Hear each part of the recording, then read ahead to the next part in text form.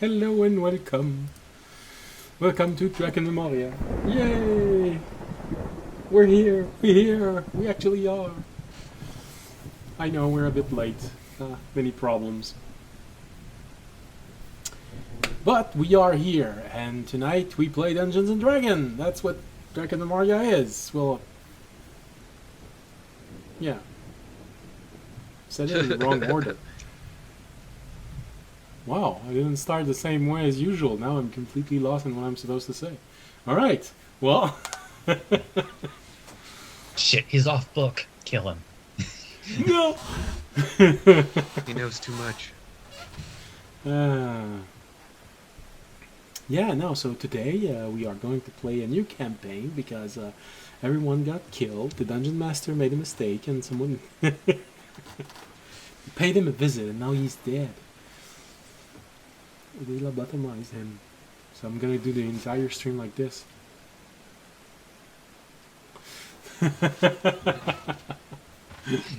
Actually, maybe this should be in the next Halloween stream.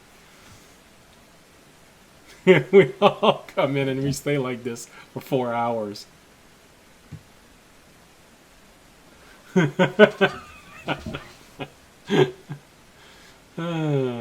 Alright, so Dungeons and Dragons. If it's not something you want to watch, well, go somewhere else. There are plenty of other channels. Get out of here. But if it's something you actually want to watch, for whatever the reason, so long as you stay civil in the chat, hey, you're welcome. It's a pleasure to have you with us. If you're new, welcome. If you're not new, welcome back. As you can see, tonight we have a silent picture. We have a missing member. Little workplace incident. Don't worry. The incident... He will be there, just not tonight. Or at least there's a very slim chance he's going to be there tonight. But other than that, you know, it's okay. Because audience is probably going to be the central focus of this chapter. Because of everything he's been doing around everything that's been going on in our campaign right now. Especially for chapters like this, you know. Where there's a pretty girl involved. It's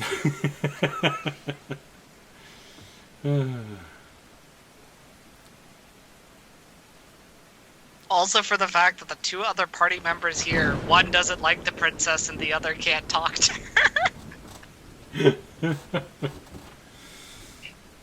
Yes. Sorry. It's okay. Luckily, he can speak the language of love. Oh no, and that's right. Fisher, actually, he's not here because he has to play the machine. Because it never happened in those times that a Warforge was sanctioned. So that's what's happening. He's playing the machine perfectly. It was all part of the plan. Oh man, I think there's a skunk outside. All according to Keikaku. Those damn kids and their weed. No, it's the real skunk. Oh god, what? Yeah, I think it got scared because it's getting smellier by the second. Alright, that's gonna be fun. So, Dungeons and Do you have Dragons. any pets? Any animals that might have gotten sprayed or no pets? Not anymore. I did have before a dog that got sprayed by a skunk. It was a collie. So she probably just wanted to play with the strange creature. She learned a very hard lesson that day. That only lasted a week. Fixed it. Oh my gosh, I'm so smart. That only lasted a week because the week after she wanted to go out, and the moment we smelled that outside, I don't think she learned her lesson. So no, you gotta hold it in. Look, lessons are made to be forgotten. Boom. Well, you know. I know that so well in education. Well, humans and and I feel like animals they're made also. to be known till a certain point. Yeah. Until it's not useful anymore. Yeah. After the test, when you grow old. But fractions are a fundamental part. No, of- no, I don't know any math. I don't know what you're talking about. I retain nothing. You read on a daily basis. I wing it most of the time. You know what I mean? It's like a. Just now, I'm pretty sure you just used fractions and you didn't notice. Because you Man. turned the See? screw on that thing that you're playing with 2/3 Oh, of my the mouse. way. Yeah. There you go. Fractions. All I know is I spin and it works. Okay, I feel like that's enough for me. Just split your girlfriend in half. That is 50%. That is. Oh no, I can only hear Cave Johnson from Portal talking when he says that the turrets, the new turrets, fire the whole bullet. That's, I think he says that's 60% more bullet per bullet. 60% more. Yeah, because it fires the whole bullet.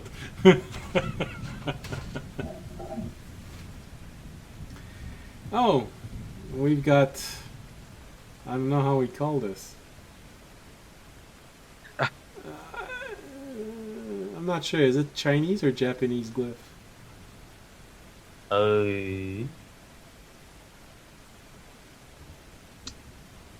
I Oh, too late. Too bad.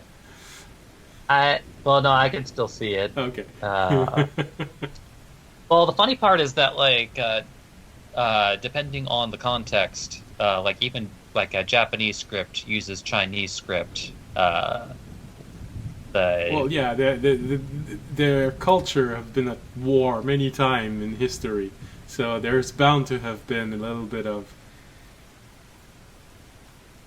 one giving a little bit of their culture to the other at some point. Alright, so all of this will become Dungeons & Dragons, I promise. So if you want to watch it, well, please do. It will be Actually, this is going to be 4 hours of teaching Todd fractions. I feel like it might be. Well, some people may enjoy it, but it's not going to be people playing Dungeons & Dragons, so I feel like we should concentrate ourselves on a single subject. And since it's been Dungeons & Dragons for the past 4 years, I think it's a good idea to keep going with that. I don't know, how did this map go again? It's like add the bed, subtract the clothes, divide the legs, and hope you don't multiply. I never heard that one before.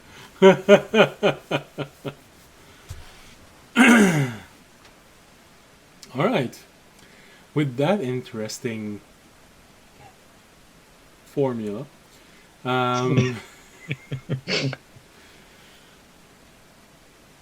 no, I keep thinking about another formula. No, I can't say this on stream. Too formulaic.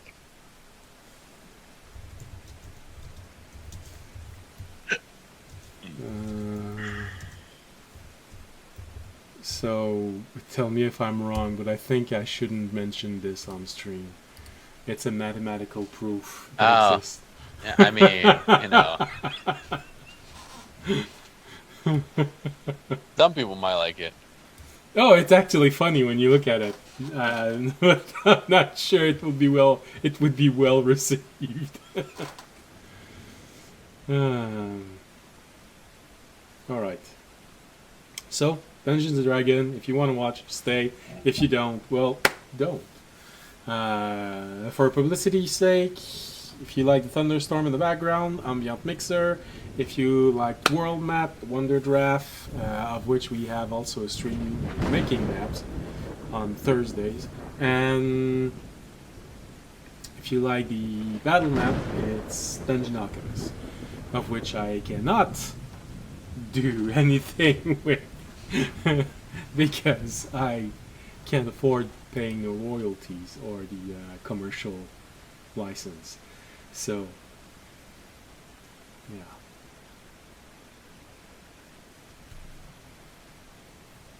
But who knows? There's another software that I'm actually thinking of buying, and this one is to create towns, and they do specify that you do not need an additional license for commercial use. So once the software leaves the beta phase, I might actually buy it and start making 5 years, towns right? also. And I love that it's one of those software that creates a very hand-drawn aesthetic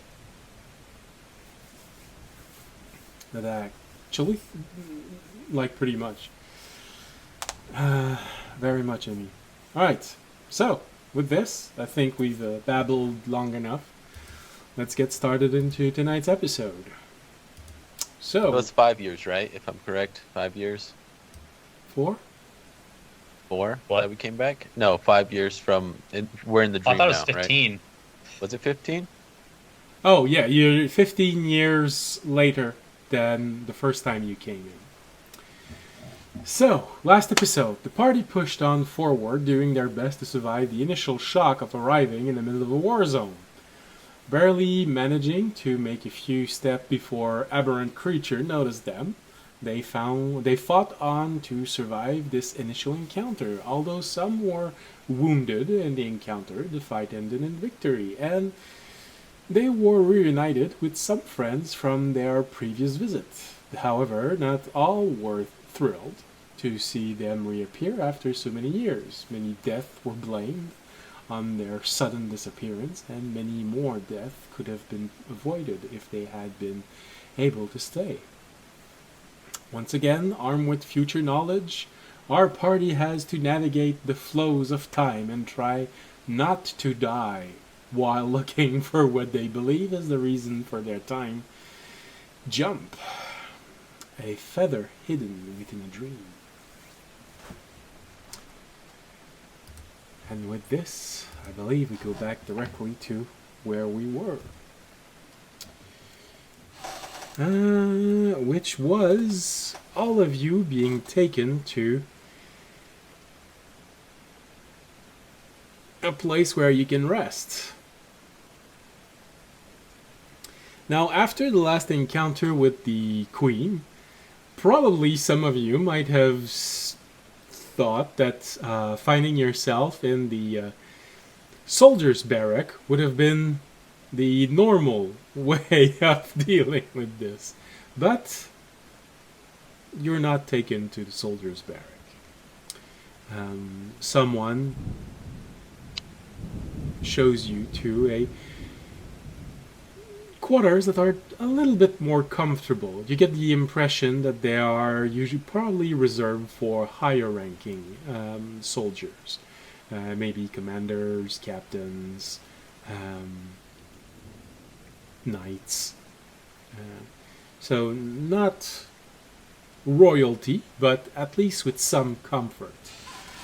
Enough comfort that you can all have your own room, although a little bit small, but well furnished, and with every commodities that you could hope in times of war, which is essentially a table, a chair, a bed, and some sort of container in which you can pour hot water and have a bath.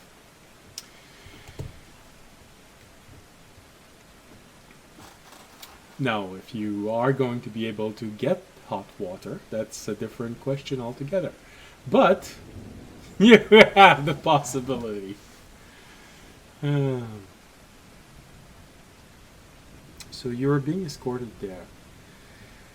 And while walking, you are somewhat forced to look in the eyes of so many soldiers who have heard what just transpired, and some of them remembering the events of the last time you were here. So some look at you with anger as if you had deserted the castle in their times of need. Others are not sure what to make of this. If you really were deserters, don't need the thunderstorm, then why would you come back? But If they're angry now, just wait. Gonna leave you again with your princess. well, it depends. Like it has been established, you're pretty sure that your goal is either the queen or captain of all of the guards, guardian of the city, Zadkan. Problem is, if you take the wrong one back, you will kill them and leave the feather in a dream once again. So, possible bad consequences. Either that, it's their pet, Scruffy. You never know. Could always be the cat. Never underestimate the cat.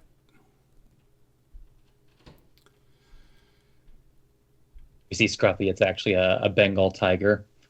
Yeah, it's a large cat. Oh, look, it's Scruffy over there. Isn't that a displacer beast? Well, it's still called Scruffy.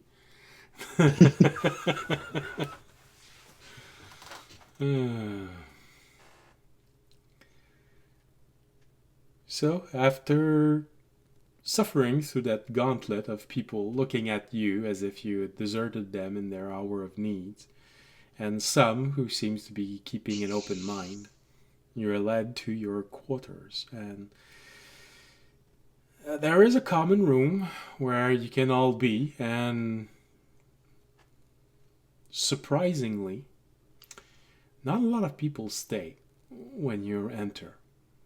You notice a few soldiers. You notice probably one person who is of higher rank. Being a bit used to seeing nobility audience, you probably estimate that he's some sort of knight. And you see a priestess. Well, actually, it's hard not to see her, especially for you, Remy. Because she looks like she's going to pee herself when she sees audience entering.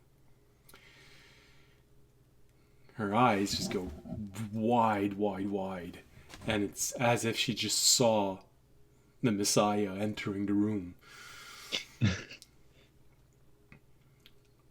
Slowly raises quill and then shakes his head because she's dead anyway. Damn. For you, audience, you probably notice a different thing about her when you look through the room. Size of her piety. No, she actually bears. Well, for audience, it would be normal to look there on her chest, the emblem of your god. Although it's a poorly drawn emblem. Feels like someone decided to draw the emblem based on how someone else described it. Weird. Did I show my emblem the last time I was here? I don't think I did. Why does she have my... Okay, well, that's cool. Toby has new reasons to hate the dream. Now we can't. Now I can't even escape it in my own dream. What is going on here? Or you see the legacy of the religion of the dragon is everlasting. Past, give her- present, and future. I'll give the priestess a nod, like, I see you. I respect it. She has that look in her eyes. She's human. She's probably 16 or 17 years old. So basically, as the math is created in your mind, she was born a year before you arrived last time. She was 1 year old the last time you were here. Yeah, so why does she... So that's weird. Okay. But when you acknowledge her, she very much gives off the groupie vibe. You have a moment where it feels like she's nearly going to faint when you acknowledge her. And, just that.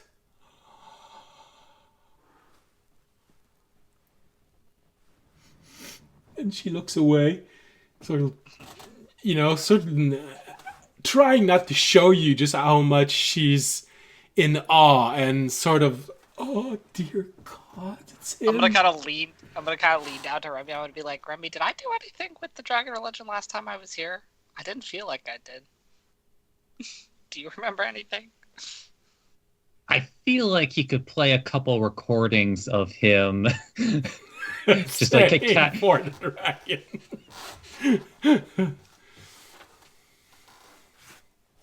So on a serious note, it's like you did still talk up the religion of the dragon, just as a reminder. And it did? Okay.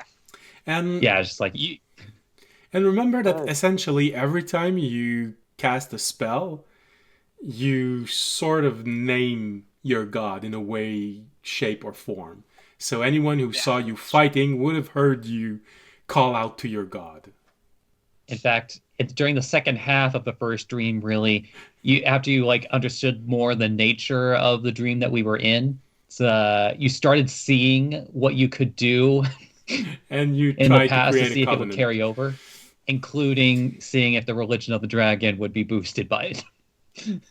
Of course I did. Okay. I believe it. I just don't remember it. I don't remember all the good work I do. I can't give you specific wording because, Fine. but take it by my word that Raimi says a few different lines that sound eerily familiar and were possibly said. I believe it. And probably you can even play to audience a conversation that you had in private where the dungeon master has heard the audience say, so maybe not everyone, but we can say it's you. The dungeon master has heard the audience say, maybe I could create a religion of the dragon in the past, so when it arrives in the future, it's already there, and we have a second branch somewhere else. I think that was something I meant to look into when I got back to the present, and I just never did. That could have been a bard research, actually, but well, was it a bard research that I asked? That it could have been. Well, anyways, when you get back, you can always ask your bard if you if he wants to research that.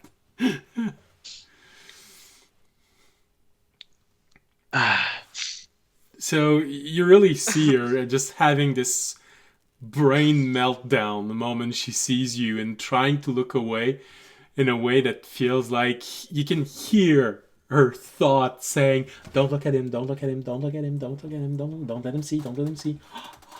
I need to pee. Don't let him see.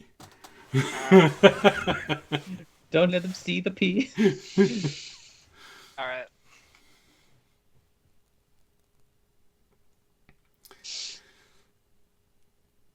Takes a few moments. And eventually she starts turning her head toward you.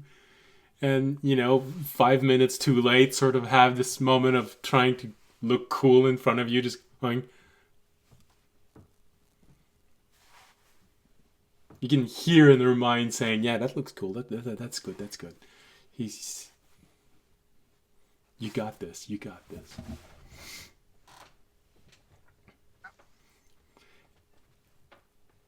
You see her mouth open, and you see word being pronounced, but you hear no sound.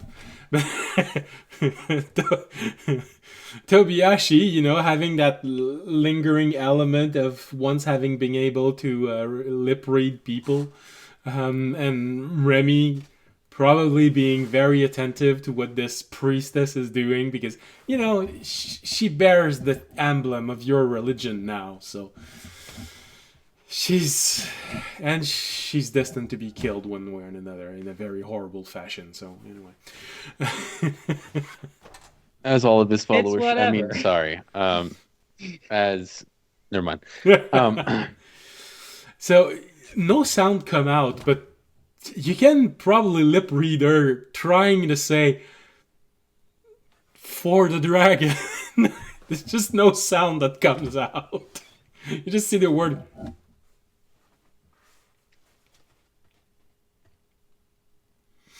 Or she's feeling really spicy. Rock the dragon.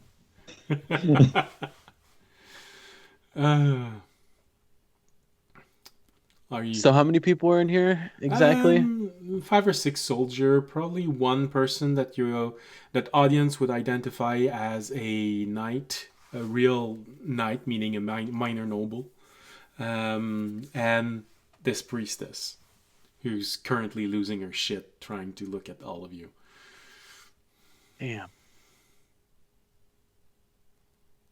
All right. All right. So Well, that was a good fight. I'm tired now. you're still oozing a little bit. Yeah. Actually, Remy, have you ever like filleted in Mind Flare? Just Raimi blinks and shakes his head slowly. Do you think you could do it? Suddenly, the attention of the room turns toward Tobiyashi. I look around. I'm like, why is everybody looking at me? This is a serious question here. There's a mix of what you see in people's eyes. Some of them you see dread. Some of them you see that expression of what the and others, mostly just the knight, you see that expression of, you want to say respect?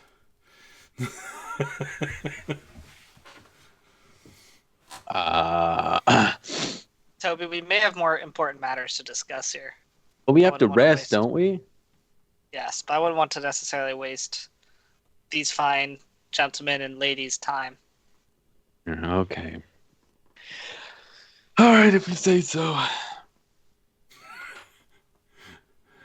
Well, definitely, the fact that you just said lady, there's Remy, you can probably say something's getting wet in that person.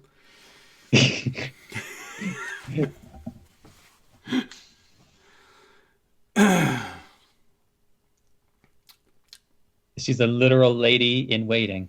She's been waiting a very long time.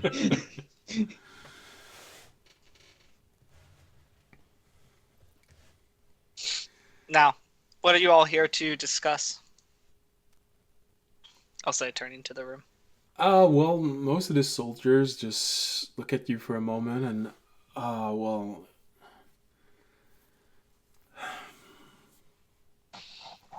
what other subject of discussion can there be than what's going to happen in the next few days? I mean,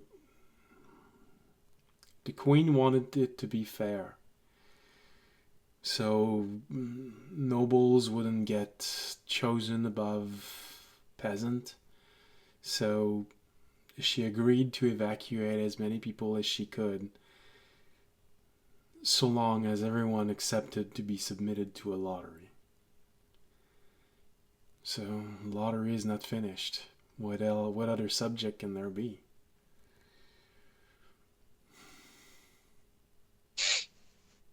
I believe there was a decision made by the people before the lottery occurred. That she be the only guaranteed person to be chosen. And I believe the Queen does not know of this. Am I correct? She learned about it a few hours ago. She wasn't pleased. This is why she went into the city, trying to get as many people as she could inside of the second wall. Primary barrier is going to give out in a few hours at most. Secondary barrier will last a day or maybe 2 more. So everyone in the city, they're all going to be captured, infected. We're too far inside of the enemy lines. So it's going to be like when they assimilate a city. They take their time. They know they don't need to hurry. They're just going to start rounding up people. Make them walk inside of that bath that they keep hauling around. And once they come out, they're infected. Well, it can take that is one thing. It can take months for them to infest an entire city. Well, it seems, as we all know, it is dark times, but it is one thing to despair in those dark times, and it is another to, even when it seems like there is no solution, try and find one. And that is what I think you'd be better off using your brain for than speaking of what can or can't happen. You each have duties. I'm sure there's always solutions to be found if you put your time and brain power towards them instead of despair.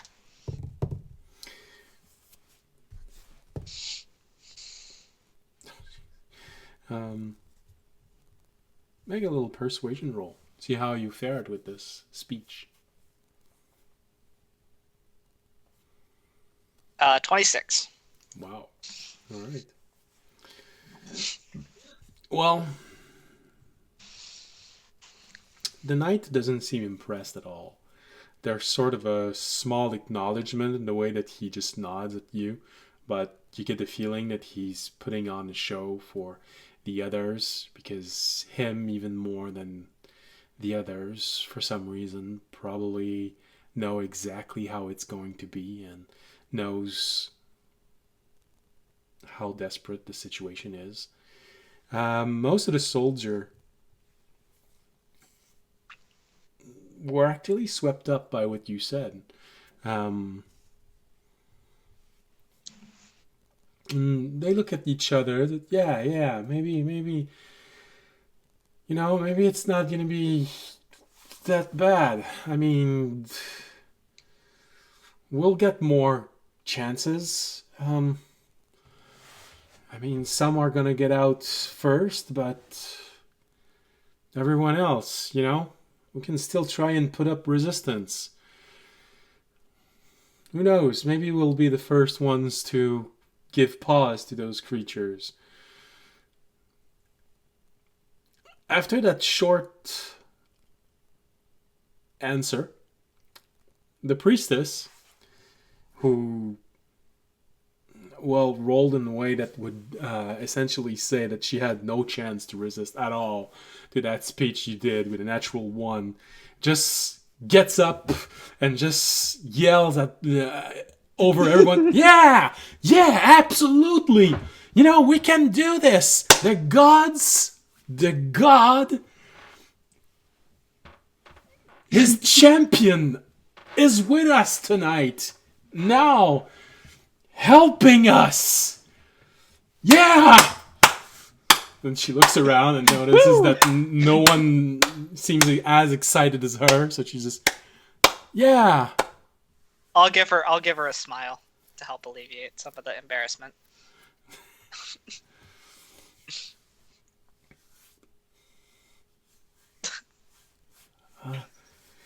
Boo. Don't be boo. I didn't say nothing. Remy will. Where'd that come no, from? Oh my god. Remy will open his beak, and the thunderous applause of an entire crowd, entire coliseum of people. Which you've actually heard before.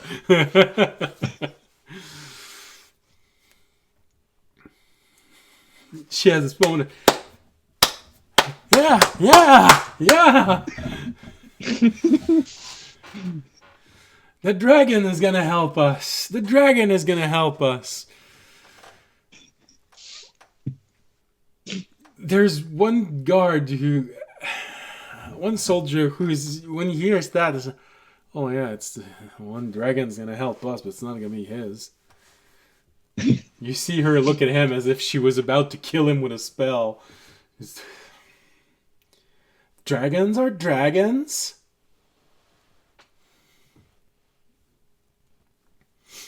Mm-hmm.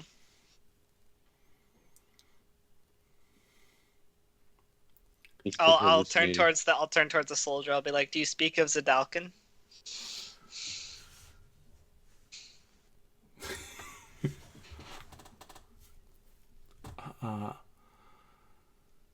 Yeah. He looks at you for a moment. You get the feeling that you didn't say the right name. No, the Zadalkin's the one. Zadalkin, large feather white dragon. No, it is No, is Zalkar. Okay, my notes have like two names on the same line. Elzalta? No, actually, well, I know she made a huge impression on you, the one that you're mentioning, but and she is a female dragonborn, but that's not the dragon you're referencing. Okay, well, you're referencing the wrong. Captain of the Norton Corsair. Why does Zadalkin say large white feathered dragon? Do I have the wrong name? Zalka Garth is the dragonborn female. The large feathered dragon is hold on, let me update my notes if I had this wrong. I might have put the notes in the wrong place. Hold on. Here it is. Zalta.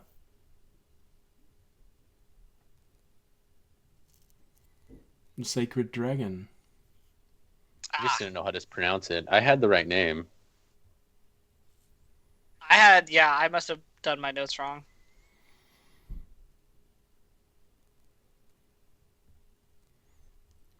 We update that.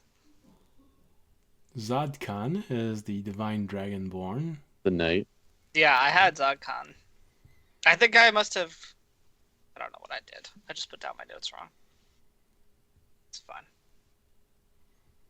All right, I would have said Azalta. That was just a note. Azalton. That was a note error. That was a Sam error. That was not an audience error. Audience would have said the right name. Okay. You know what I was saying. That really depends. Is Sam smarter than audience? Apparently not in his note-taking. Apparently my notes are worse. Well, technically, you did get. What's audience's intelligence score? Like low, 9, I think. Oh yeah, then Sam is definitely a much smarter than the audience. Yeah, I was like, I am a college graduate. I think I'm far above where audience is. A 9 of intelligence would mean that you managed to finish high school, but it was hard. Yeah. So hard. C's get degrees. What can I say? I mean, depending on who you are, D's do also. Yeah, probably in high school. Audience was the D student that like the teachers just passed so they didn't have to deal with them anymore.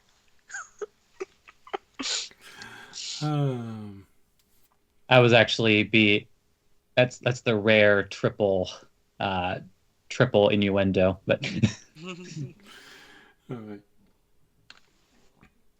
Yeah, so I'd say Salta. You're not the guards. Yeah. Well, Zalta is busy right now. His brother has been harassing us lately. You know, the guards say, is it really his brother or is it more like his cousin? You hear another one say, what's the difference? It's You know his opposite. You know what they say? Where there's a divine dragon, there is often a kin who is of a darker variance.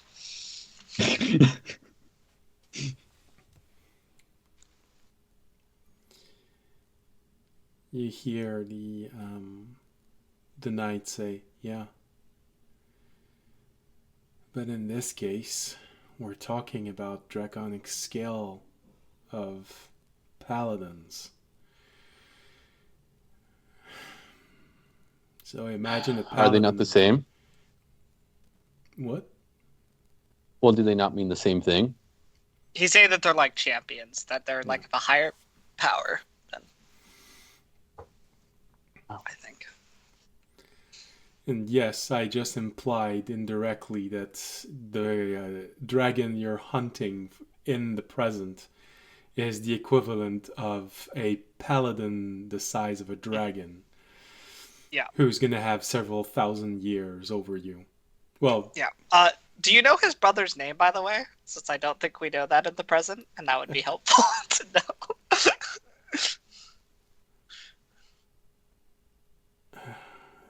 The knight, it just says no, he doesn't speak of it.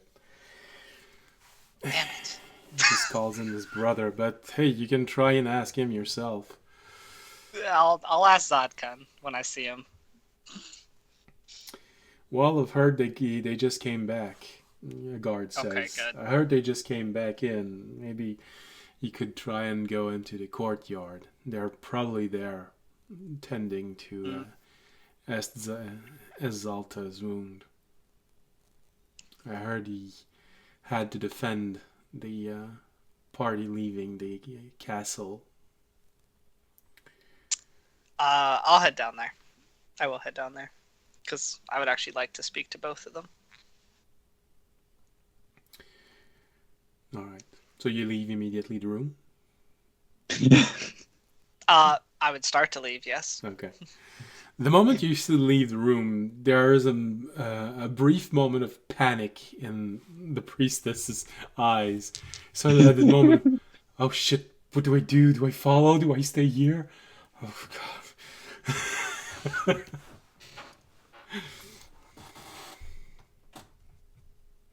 And why won't it stop coming out?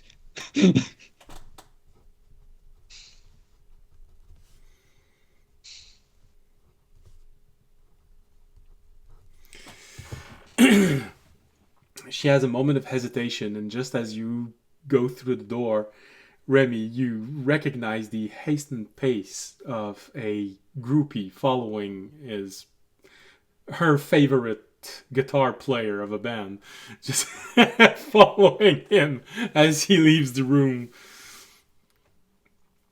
Just hear just as the door is closing and audience is leaving, you just hear this female voice going, Mr. Audience, please wait for me. Audience would slow his steps slightly so she could catch up. Are you really going to go see the sacred dragon outside? I am. I would love to have a chat with him, actually. Oh, okay. Mind if I come? I've only seen him through windows. I've never been on the same floor as him. There's something about that where it's like only you may tag along, but when I have my conversation, I do wish for it to be private. Of course, absolutely, of course. Of course. What led you to the light of the dragon, be. my sister?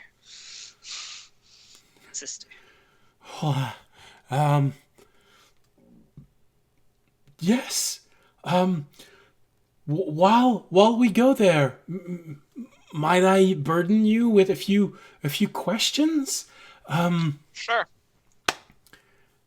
I mean, information we have about you is scarce, but you definitely held much power, and so of course it drew the attention of many people. There are other followers of the dragon who would very much like to know more about you. Anything you wish to share. Revealing experiences. Have you ever seen our god? Where exactly in the world do you come from? Where did you train? Who are your masters? What is your blood type? Can you have children with humans? Actually, this one she doesn't say, but you sort of have the impression of how she's half hyperventilating as she's bombarding you with questions. Audience feels a little bad because he's pretty sure this person's gonna die horribly, probably while praying to the dragon, but he doesn't want to say that. She's gonna be like, "Audience, save me," and I'm just not gonna be in this timeline. Just teleport out. But sure, I'll answer some of your questions. Yeah, I'm sorry, you are not important enough for this. But we appreciate your faith all the same. That sounds like such a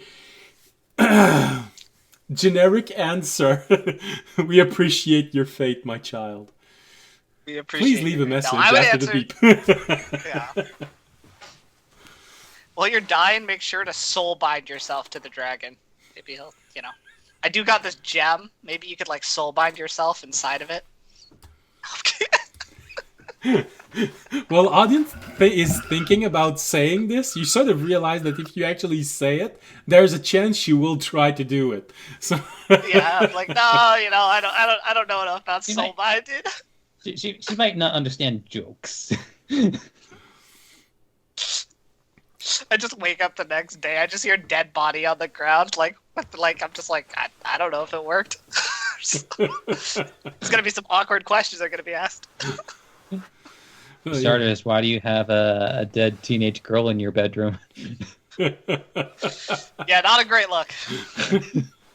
Especially since for everyone else, you're supposed to be a dragonborn of a mature age.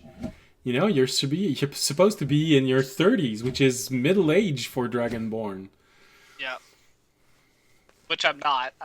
I think I'm 16 because it's been like a year. Yeah, it's been a year, so you've aged 1 year. Yeah. For dragonborn, let's just put it. Although let's put it into contrast. 16 for a dragonborn is probably the equivalent of 20 years old for a human. Yeah, about 20. Really sure. I'll answer your questions as we walk. She asks everything. So Remy, can you help me? No, I'm kidding.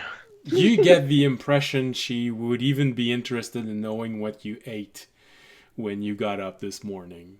I just try and tell her some grand tales of some of our adventures, how I've been to different shards and different worlds to fight different enemies of our god, how I've taken down undead paladins in the name of our god in different shards, and just been a traveler throughout to protect.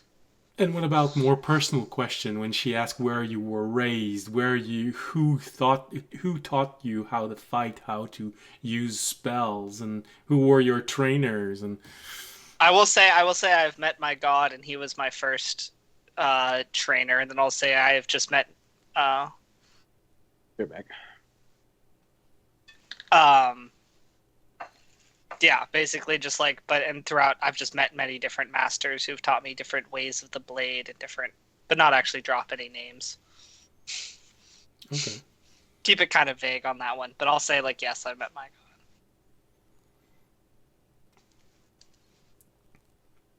god. All right.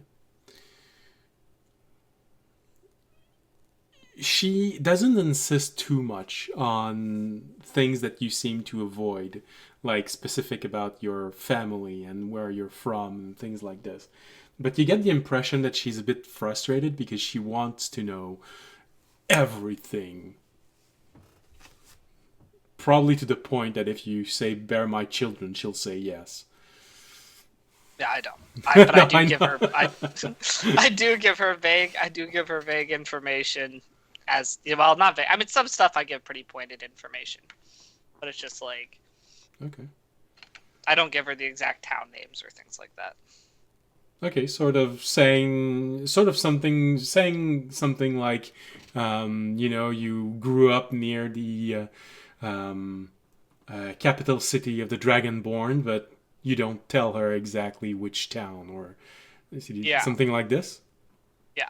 Okay. She is completely fascinated and in awe of everything you say, and when you start telling the tales of who you fought and what you managed to, the darkness you managed to push back, she nearly faints on some of those tales that you say and just goes, "No, that's not possible. No one can actually do this. You really did? That is amazing. I did not know that he could channel so much power into his champions." Yeah.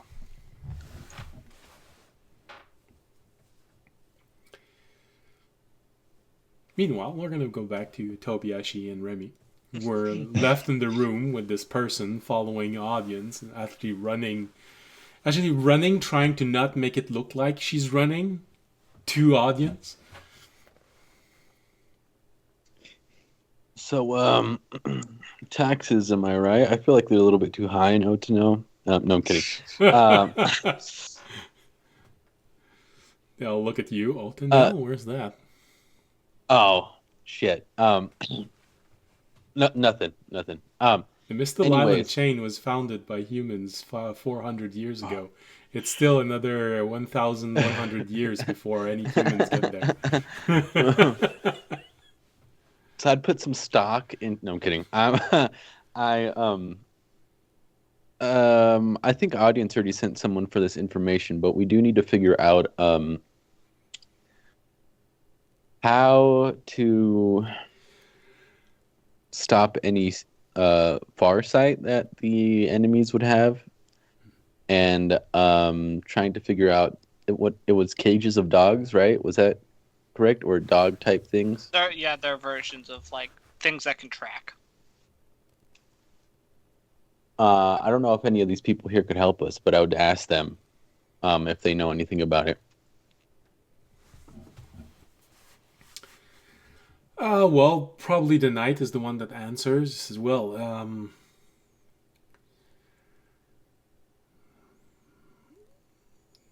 We can always try and get one of the wizard from the tower. Try and ask them to figure this out. You're not in the right quarters, I think, to have that question answered. I think audience already sent someone to go ask them. I'm pretty sure. Well, I think that's where they're going. Guy with the scar in his eye, surviving soldier type dude. I think he's general of holding the wall down. Yeah, Knight Ermist. Yeah. You said Ernest? Ermist. Yeah. Not to be confused with Ernest. Does he have a last name? No, in those age, humans did not have last names. How do I find his kids? No, I'm kidding. He's a knight, so he probably has an emblem. That's how you would Family name appeared in history because there were starting to be a lot of people. So usually family names in the start would be where you lived because there wouldn't be enough people in the same town to have twice the same name. And they would have kind of like started with like of such and such, or well, initially it was the nobles that would get this, and then eventually it got to the peasants because there's a little bit. There are a few more peasants than nobles. Eventually, life got complicated. yeah. Well, we have to wait for Ermis to get back to us anyways. I'm pretty sure he's the only one who could find out the information, unless we go to the tower ourselves and ask this guy where to go. I'm talking to Remy at this point. Um, I think we have time. I think we'll be fine. Come with me to the bathroom, Remy. Yours or mine? Come on. Lynx looks to others in the room and gives a wave before. Oh, thank you for your help, by the way. Unless there was something else you guys wanted hear to talk two to us about. soldiers just whispering to one another, but for you, Remy, you can probably hear it because you have such a good passive perception. You hear two guards saying, "How does that work?"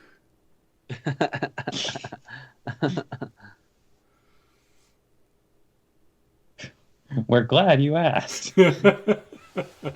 First. Okay. But yeah, we start heading to the washroom, I guess. Well, there is probably a common area where there is a bathroom, but you also, each one of you have in your quarter a small basin where you can take your own bath. All right, we'll go to mine. Right when we get there, I pull up the mind flare body.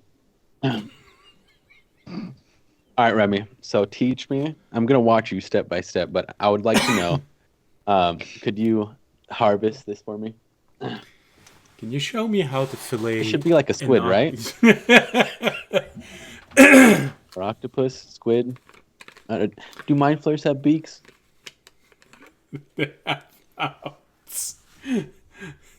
They're not actual squid, you know. Hold on.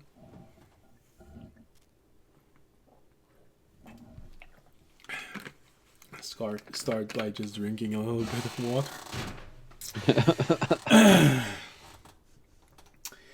All right, so no, not the Dungeon Master Guide. That's not gonna help me. I brought it somewhere where we had water so we could like clean off the parts and stuff while we're cutting into it. Yes, of course. So Remy pours water inside of the bath, and he wants you to fillet a humanoid creature. Just the head. You can get rid of the body somewhere else. All right. So,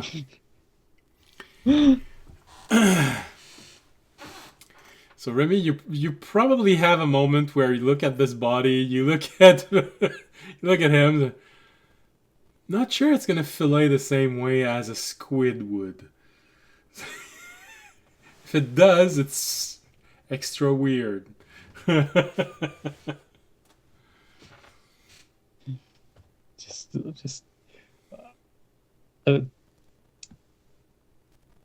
Is there any kind of check Remy can do to see if this is actually a good idea?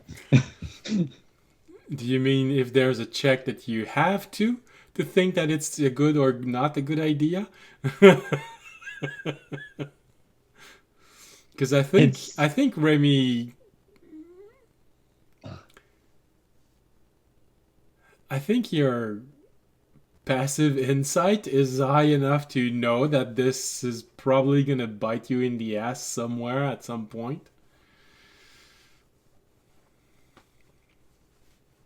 So I think it helps to be more specific so that he can potentially communicate this to Tobiyashi.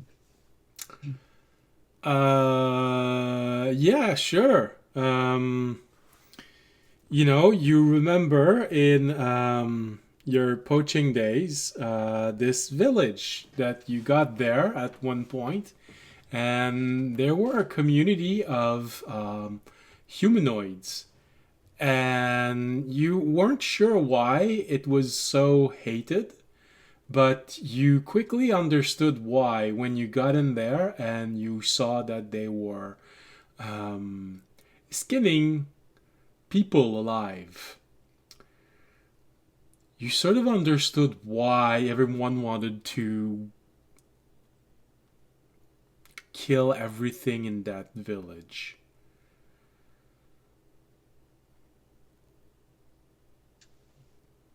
Uh,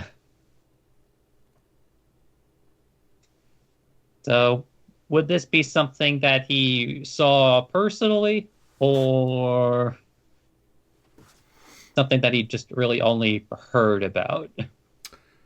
Uh, let's go halfway on this. You heard a member of your guild tell the tale of how it went right after they got back from how it went. All right, in which case, Raimi is going to, I suppose, sit down on the stone next to the poo hole. Open his beak and regale Tobayashi the tale of "Are you fucking serious?"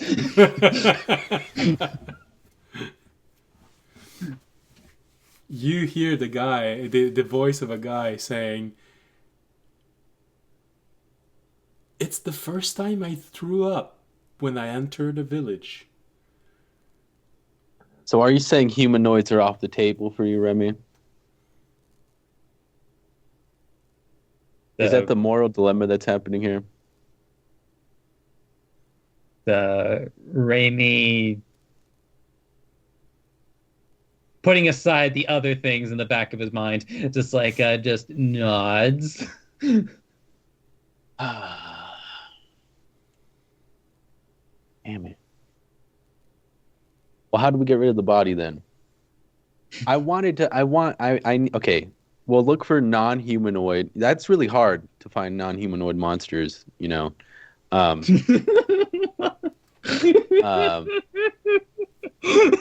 but I mean, if this is like a what I was going to say, social dilemma, a moral dilemma for most people wouldn't want to eat a humanoid, huh? Raimi shakes his head. Well, I'm just trying to figure. Okay, so I need to talk to audiences, guild friends that he has. So I'm trying to find recipes. That's the whole reason I'm collecting these parts. Now, I guess a mind flare wouldn't work for the average human person.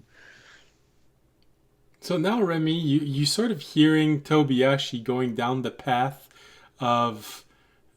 He didn't hear a word of the story I just told. Because, they were filleting people, they were eating people, and they were doing things with their bones after. And now you have confirmation that Tobayashi wants to fillet a mind flayer and then eat a mind flayer. That's 2 out of 3. Hey, it's a monster. Okay, I guess. All right. Well, find something else then. Non-humanoid. Damn. I really wonder what it tasted like. So do we just put it down the drain or something, or what should we do with this? Oh wait, can I check the mind flayer's body? Did it have anything on it? Or was it a naked mind flare? Did this have clothes? Well, yeah, mind flayer are part of an organized society. It's not just a monster. They do have clothes, usually some sort of robe. Some of them will even have armor on them, shoulder armor, breastplate, that kind of thing. The one that you face had a breastplate. Let's try and say this again. The one that you faced had a breastplate. All right. Breastplate. We take off some mind sword tentacles. In the cloak, I'm gonna take the robes too.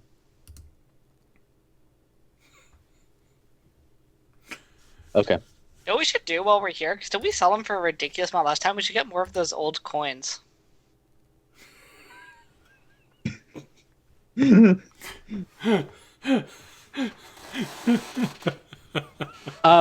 Anyways, so no on the no on this aberrant arm either. This infects people, so I should probably throw it down.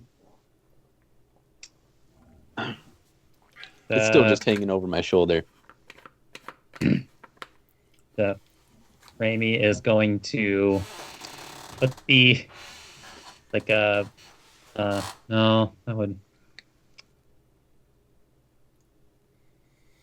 First off, it would take forever.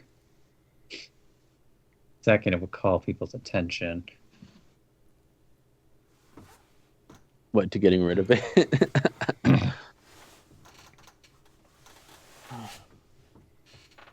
Well, just eat it raw.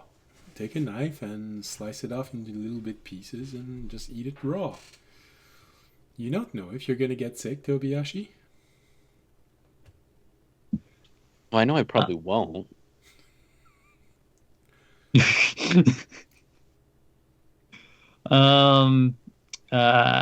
Actually, wait. Does this thing have a window? We'll say yes, since you went to the bathroom inside, and usually the bathroom was on the wall that was going outside, connecting to the outside. So there's probably a window there somewhere. So just looking out the window, like, is it like what exactly is like out the window, like directly below it?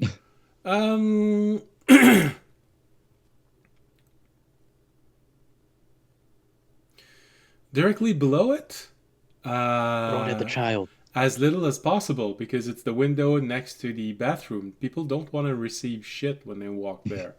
So probably nothing except growing plants, because excrement is very good for plants trying to grow. Although urine is a bit acid.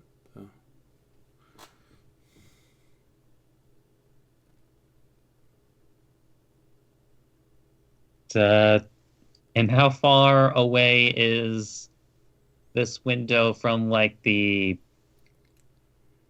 wall that they have? Or not, I shouldn't say wall, but like away from the exterior of the air quote safe zone. No, maybe 200 or 300 feet.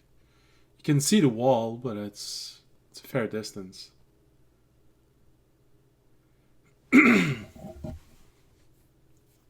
There's a building between you and the wall itself.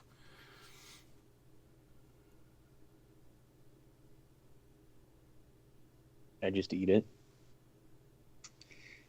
So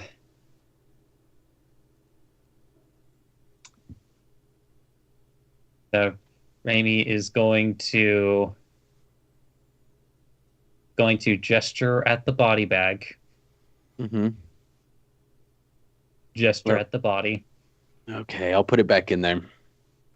Mind flare body. Like, And for and the he's arm. going to hold out both of his hands. Oh. Okay. Points at the body bag and does the come here motion. All right, I'll walk over to him with it. And Raimi disappears. But so you have the mind flare and what about the arm? You can eat that. Oh. All right. Well, The still arm is have the suddenly eggs. plucked from your. The arm is suddenly plucked from your hands and thrown in the toilet. When you flush, you see it going like this. Feels like it's waving by at you. Well, he'll probably take care of it. I got the breastplate and the robes. He doesn't know where I have the eggs at. Probably still inside of you. You just wiggle like this and you feel them inside.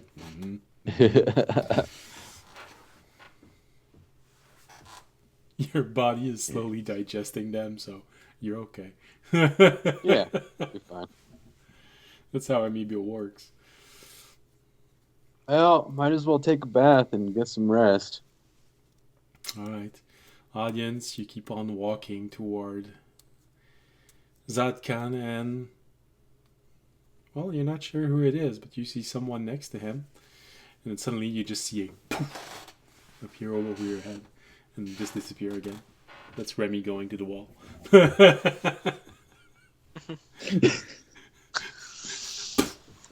Oh, okay. Alright. I'll walk towards Zadkan. And... yeah. Your priestess...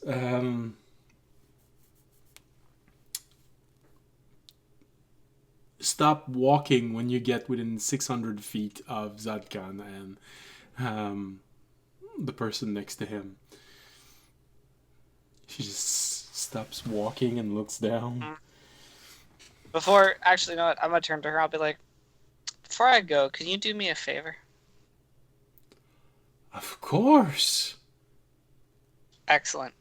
Can you go to the library and find the codes for all the portal locations around the world and bring them to me? She has a moment. Yes. Excellent.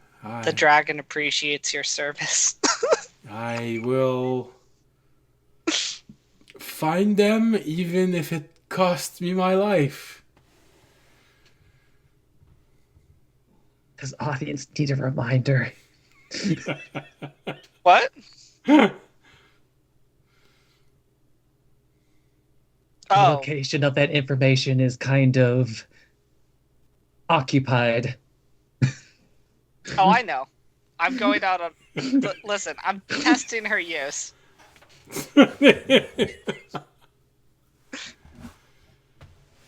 She's gonna die one way or another. If she can get me one of the portal locations, that's pretty good. She slowly walks away, sort of in this daze of, how do I do this? It also will keep her occupied.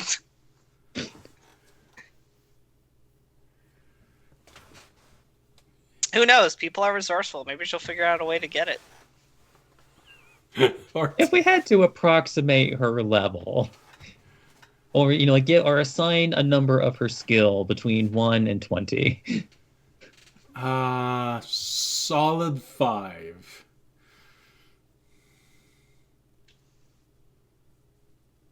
Okay. So essentially, What's the that? level you were last time you were there. It's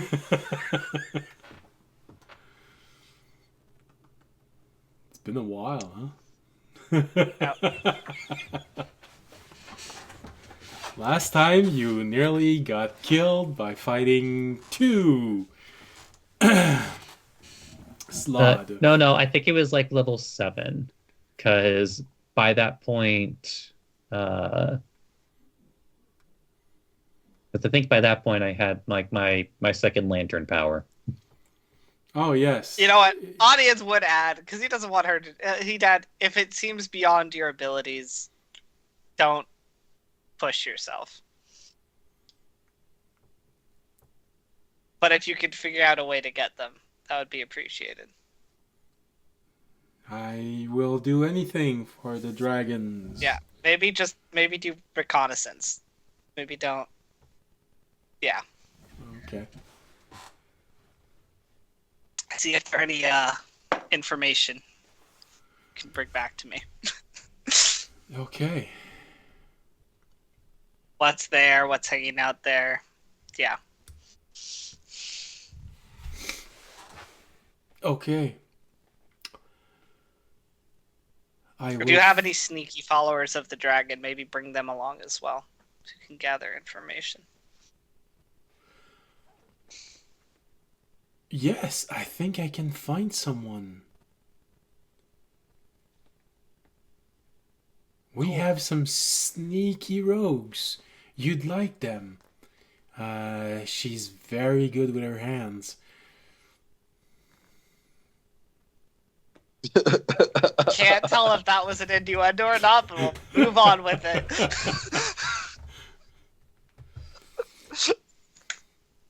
Alright, well let me know if you guys can get anything. Remember, don't push yourselves too far. I wouldn't want to see two of the most loyal followers killed before their time, which is in a couple days. But still.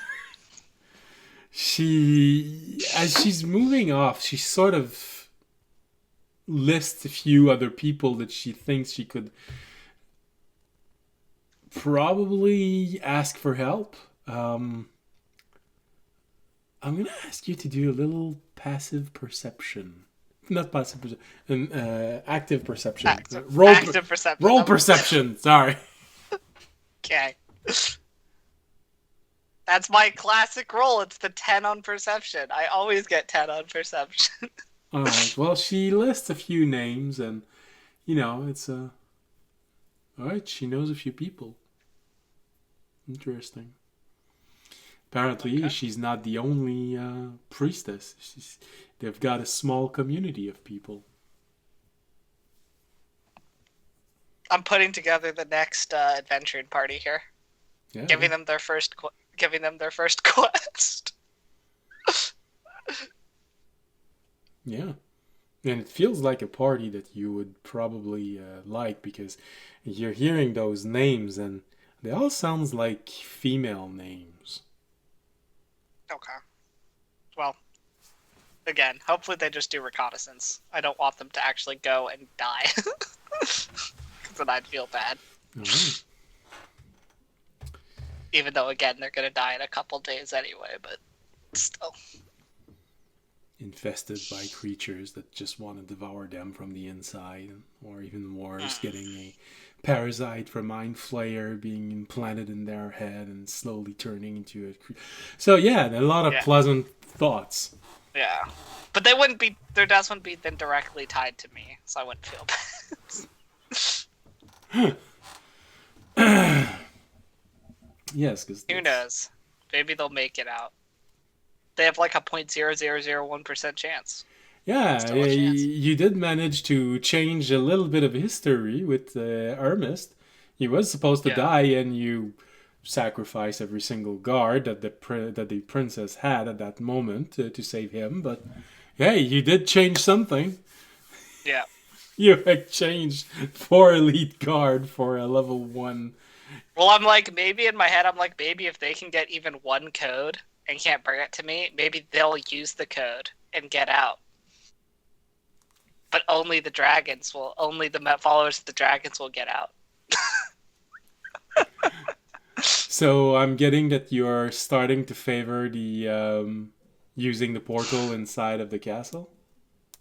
No, I don't know if we will. Okay. I'm just saying that that's if they can get us a code, that'd be cool. Okay.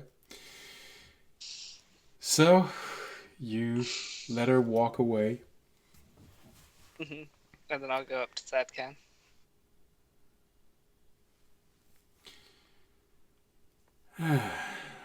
Well, and, when you arrive next to him, of course, you sort of have that hint that both him and the person next to him is noticed you arriving, but chose not to react strongly to your arrival.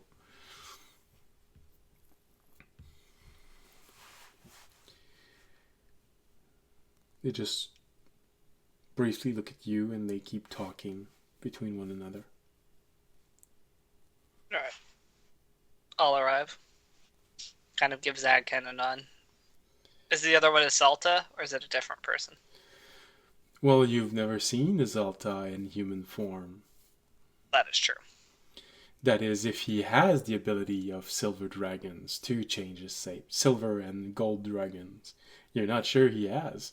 Maybe it is not him. Yeah, I'll walk up. Zadkan, good to see you back. Yes, it does appear that you are back. I did not believe you would ever be back. I wasn't sure either, but it seems that my time is not done with this time. She held a hope that you would be back for several years.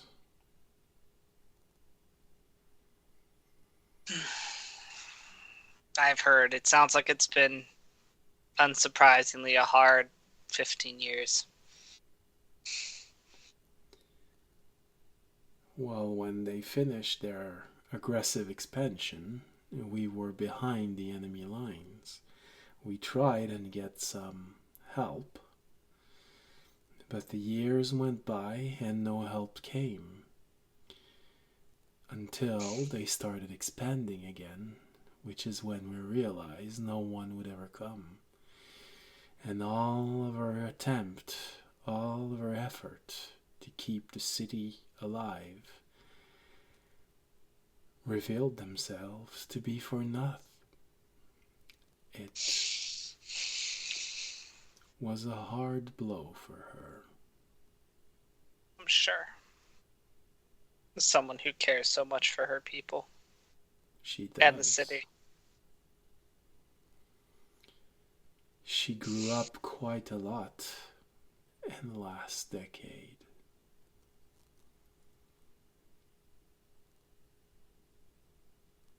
I'll turn to the other one there. I'm not going to assume anything, so I'll be like, I don't believe we've met. Or if we have, I do not recognize you.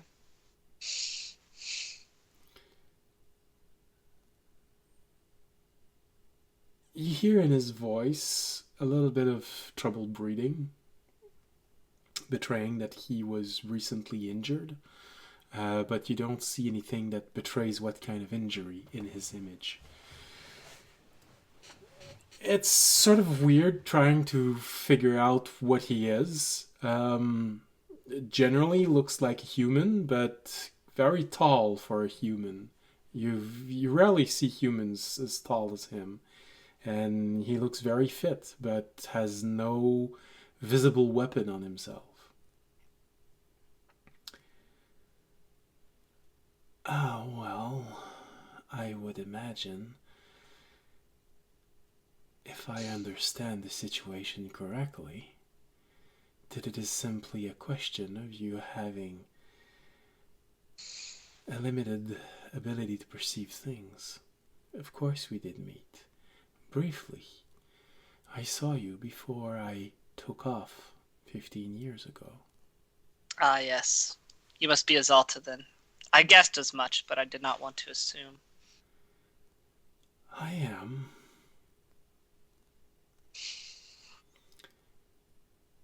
So you are a time traveler. We have very good senses. I could hear you talk with Zadkan the last time you explained him everything. I see.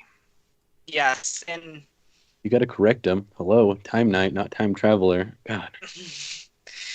in a manner of speaking, although I'm not exactly sure if time is accurate, as it is not entirely within our control, and it seems not 100, well, partially. I will say it's right. It's a confusing situation. I would imagine. Of course, there are many questions that comes to my mind, but none that I should probably know the answer.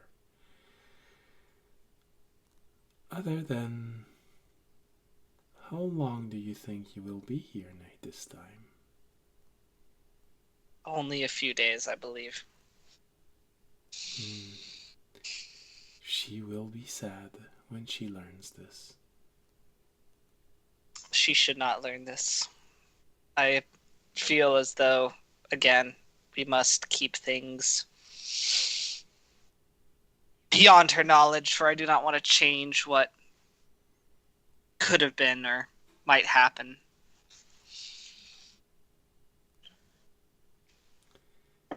It's sensible. More than I was told that you actually were. You have been showing a bit of a reckless attitude. I am surprised that you would show so much respect for time.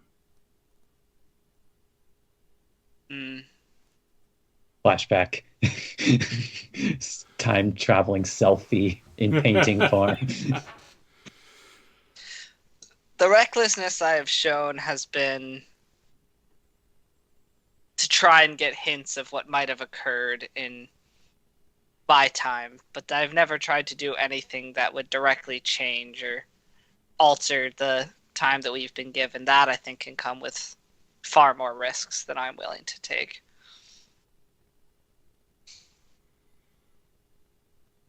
Well, However, I'll say, turning to Zadkan, there is some questions I would like to ask you, and while I might not be able to tell you the reason for me asking them, they are important to what I am here to do.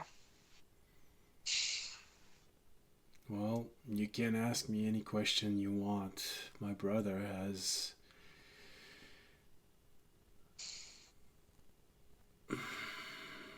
There is nothing I can keep from him. Let's see. All right. I guess the main question, I have to think about how I want to phrase this.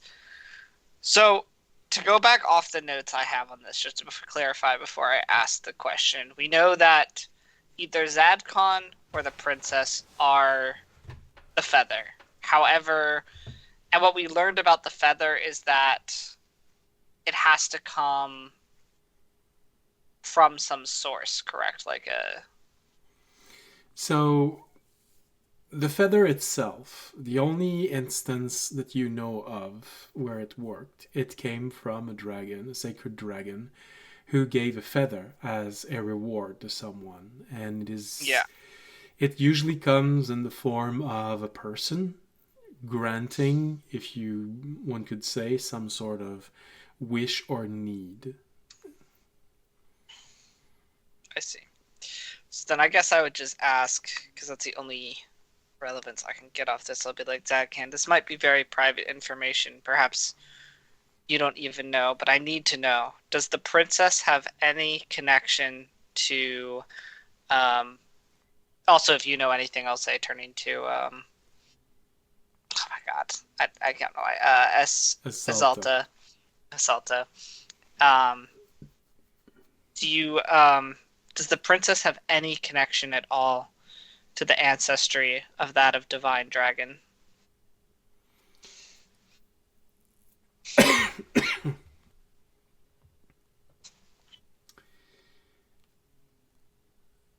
Azalta answer first, saying,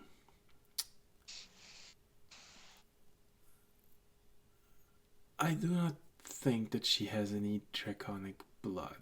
I do not have the impression that this is a potential that she could have.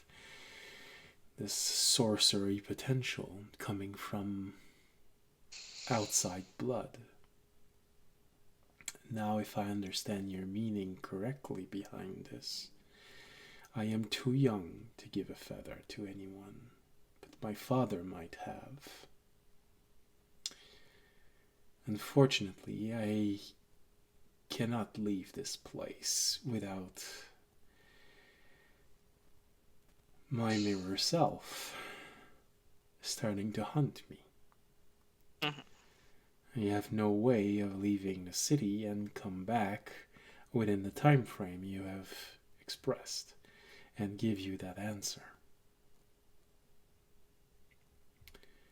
Would there be anyone who might know of that answer if a feather was given? Or would that perhaps would there be any place where that information might be able to be gained? Zadkan takes a moment, but answers, well, the easy response to this would be a very risky maneuver. I'm not sure if you have any priests in your current party able to talk to dead, but you can always try and visit the mausoleum and talk to the ancestors of the late king. They would know, or maybe even the king himself. It is true that many odd circumstances converged around the birth of Queen Kalina. Etzel continues with Zadkan saying, yes. It is true that there are some odd circumstances around this. Circumstances that my kin shares.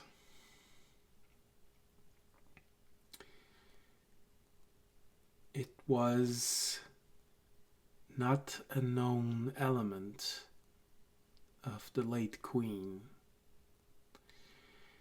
but the king was most sad when he realized that his queen could not bear child.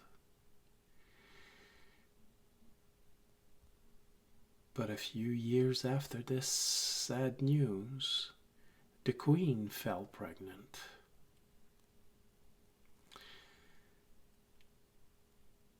The gestation of this little child was done in secret. No one saw the queen pregnant. And 9 months later, a baby child was introduced as being the daughter of the king and the queen. And if I am not mistaken, at the same time, my kin was introduced as guardian of the city. I see. How far into enemy lines is the mausoleum? How dangerous of a venture would it be? About a day's walk.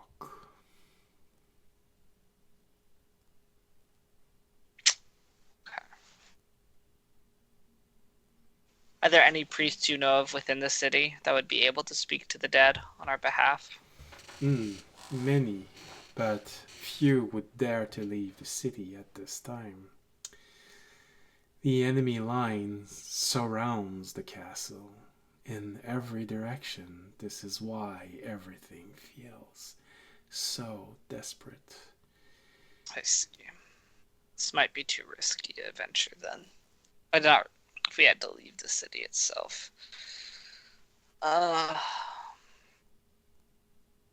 Okay. Thank you. I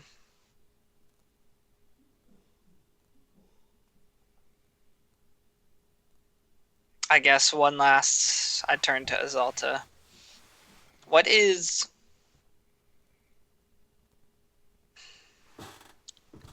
I need to know, what is the name of your brother?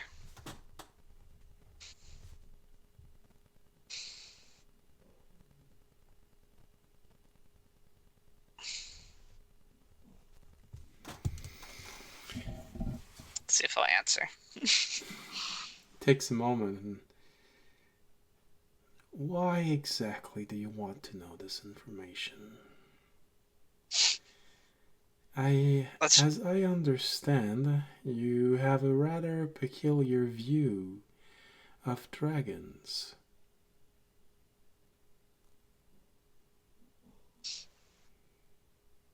Let's just say that names can hold power throughout time, and his name could prove of use within my own time as well.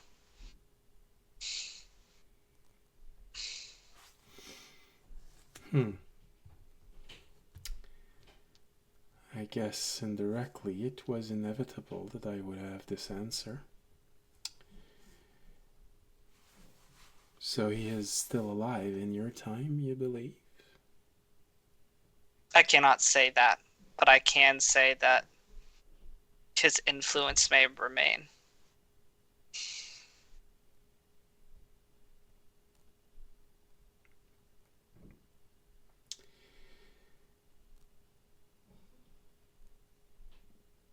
Well, then you should look for a dragon named Etrasil. Okay. Let me add to my notes.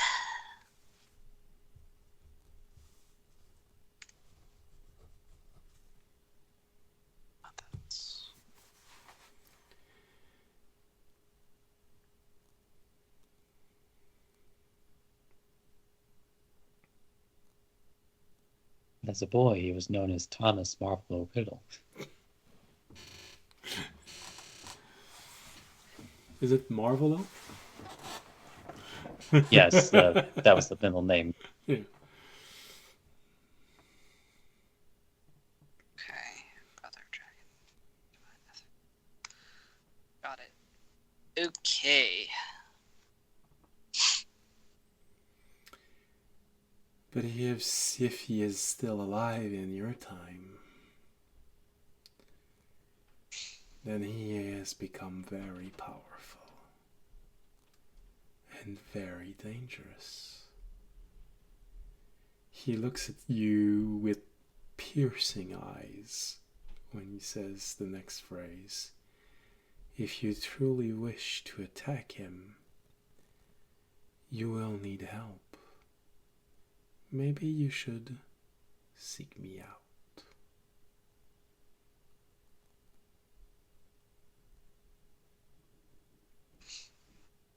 I will if you're still alive. I don't know if audience does a good job hiding that. He's not the best Like a liar, deception roll. but he's not trying to let this dragon know that he might survive. Yeah, that's a 6. You sort of have you sort of have a moment where you feel like you probably look like the priestess that just left when you say this. Yeah. You just hear him say,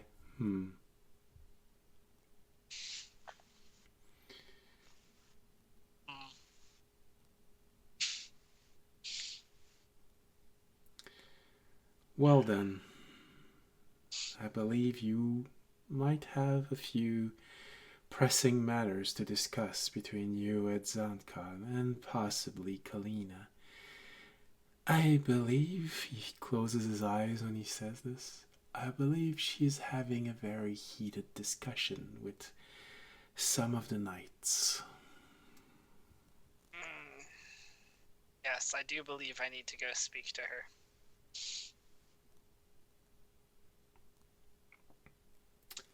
Zadkan, are you going to come with me?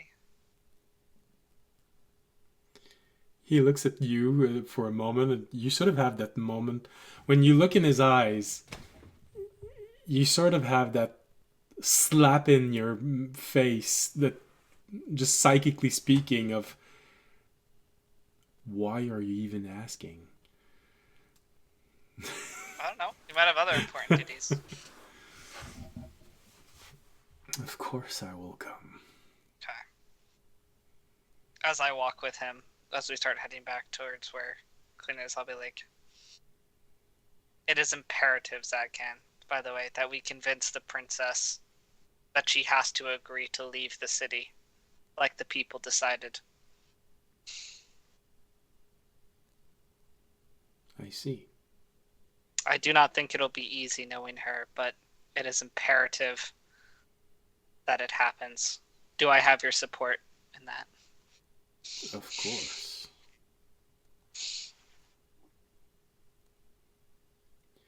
You would not need to convince me of anything if you are talking about her survival. I frankly do not care that you know the outcome of all of this. My only duty is to her, and to make sure she gets out of this alive. No matter what your history book says, I am getting her out of here alive. Ah. Sorry. Alright. Well, that we can agree on, audience says, with full honesty. Because he does want to get the princess out of here.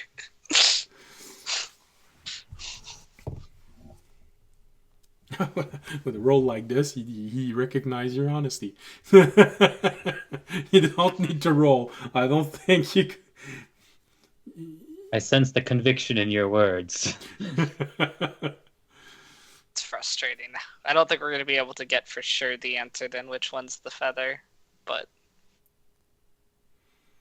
Because there's no way we can leave for a day with the army around the city. But...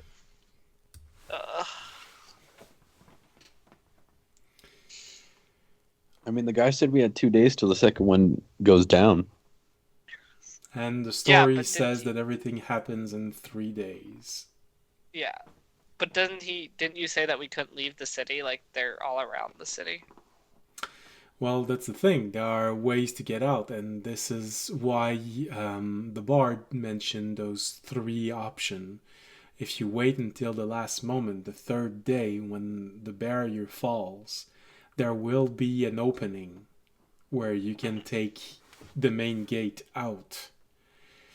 With what you've learned right now, you can probably deduce that it's going to be while the aberrations are going to start bringing in whatever they need to mass infest the city. Yeah. No, I assume. But it's more that we would have to do this beforehand, and I don't know if there's going to be an opportunity beforehand. There might be something, but if you try before, you're probably gonna have to deal with the queen, who will try to get as many people safe as possible.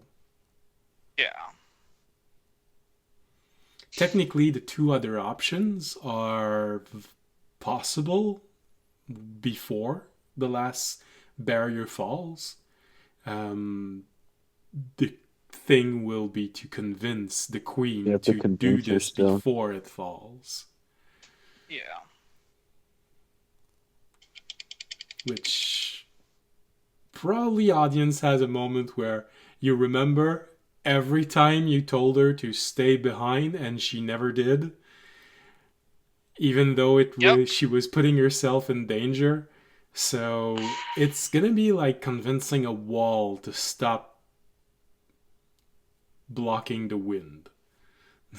Yeah. Knock her out. Sorry, no. Yeah, Well, I need the guard or the priestess to get back on me on some of those options. The priestess I have very little hope for. The guard can at least hopefully bring me some information of how we can set up the tunnels. Right. But for now, I just have to convince her to not do too many risky things. He has a name. God. The guard? Yeah. Yeah. The only survivor. And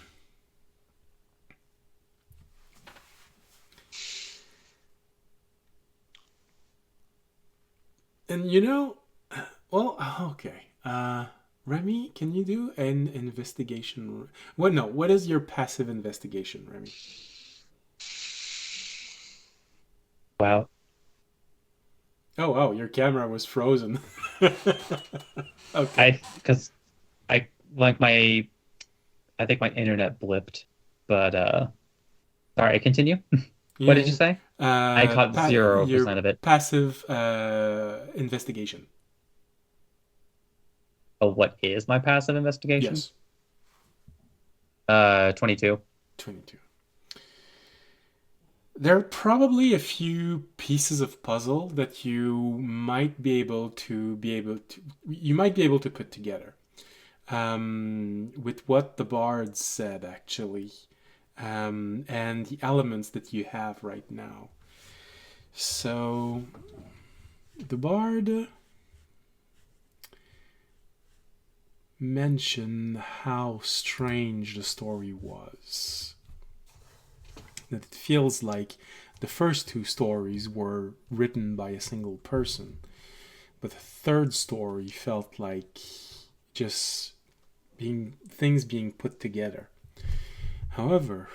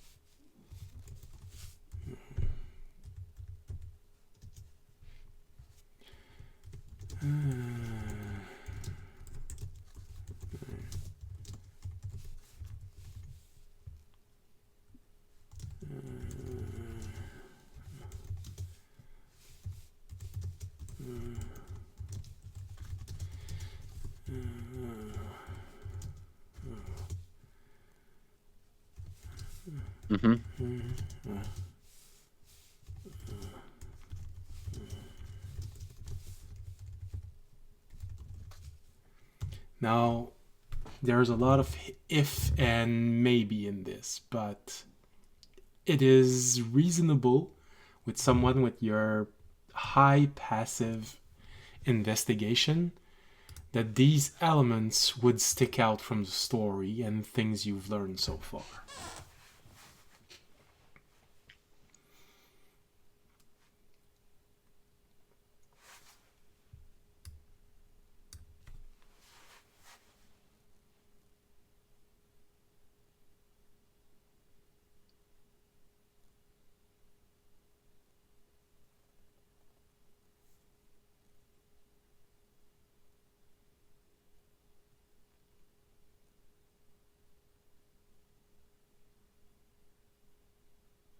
You're muted. I was just Okay. like, well then. See how it is. The fact, however, that the third story is difficult to find may mean something about this also. I mean, we can't always just hit the 50-50, you know? You don't have to figure it out. It's just a 50-50.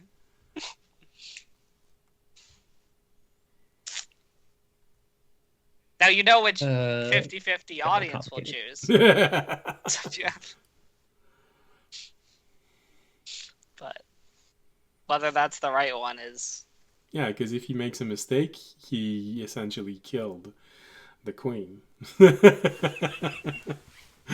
Well, technically, if it's not the queen, she's gonna die either way. Who knows? Maybe you do manage to get her out, which means you would deprive her of having a full life, maybe hidden somewhere else with a more normal life than she would have had with as a queen. That's true. But at that point, who would want to live a normal life after being a queen? Can't believe it. A queen in the middle of war times? I think most people would be fine with having a more normal life.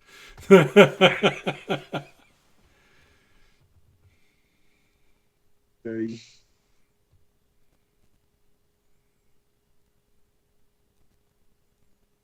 All right.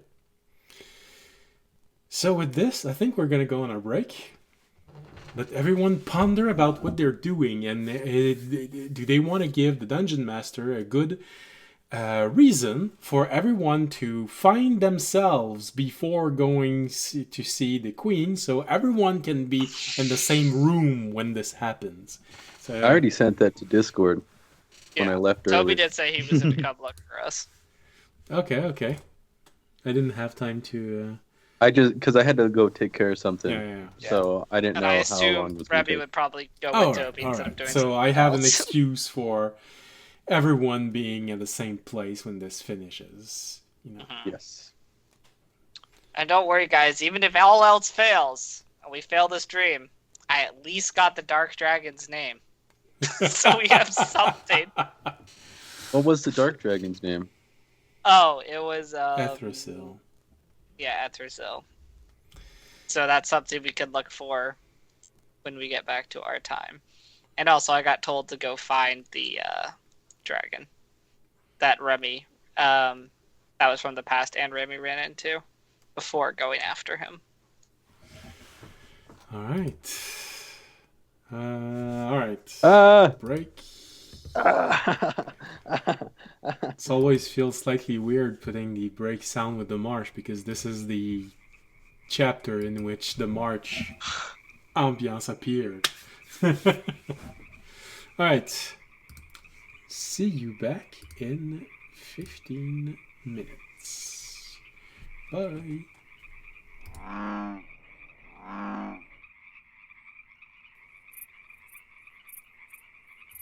Hello and welcome back.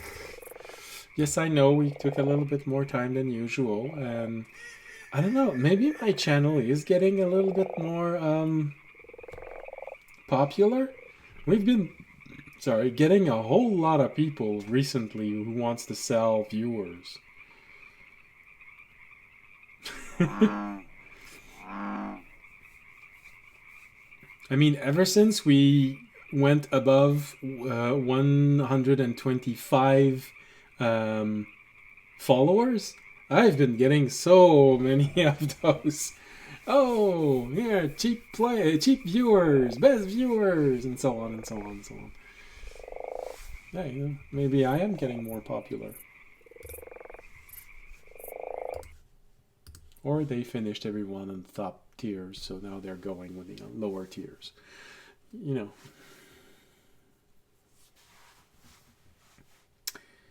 Alright. Time to go back inside of this story. It's a strange story. So, audience, you make your way toward the real castle, followed by Zadka. And just as you're about to enter the keep itself, Tobiashi and Remy just are moving toward you. You hear Tobiashi just trying to convince Remy of the benefit of learning to skin a mind flayer, and you know just how he's disappointed that he couldn't actually do this, and it apparently still weighs heavily on his mind.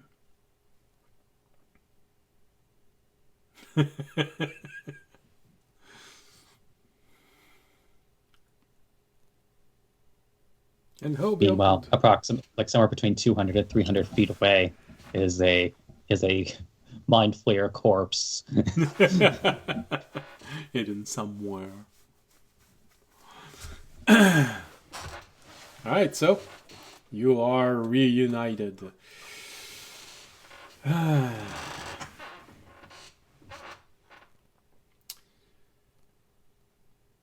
Zadkan, look at all of you for a moment. Well, I hope you will be able as able, or at least as efficient as you were last time, even with your missing party member. You are missing someone to increase your durability in combat. We can get someone who can substitute. Well, I hope you can summon it easily. You can usually summon him in about 10 minutes. One. 1 minute. Sorry, I was thinking 10 rounds. The 10 rounds turned into 10 minutes in my head. I thought maybe you were thinking of your of Magna. No. Which in the past is not Magna. No. I summon Magna, it won't be Magna. Speaking of your past mount, don't you want to summon him? Know if he's still alive and kicking? I will when I will know that I'm not going to need my second spell slot. Okay, so probably right before you go to sleep tonight. All right. Yeah. Okay. Hi. Sorry. All right. Well, Zadkan takes you inside of the castle. He has a slight moment of hesitation as you're all crossing the gate, looking at Fisher, but nothing seems to happen, so he just keeps following you. After maybe a minute of walking, turning left, right, inside of the corridors, he just mentions, and it does seem you have decided to leave behind your friend in a box. It was a wise decision. People have been getting very agitated recently with strange things. Yeah. Why would we bring him? He's definitely not here. Make a deception roll on that one, please. Raimi, a few feet back, just like thinking to himself in a woman's voice, why is he always saying things? Yeah, that's an 8.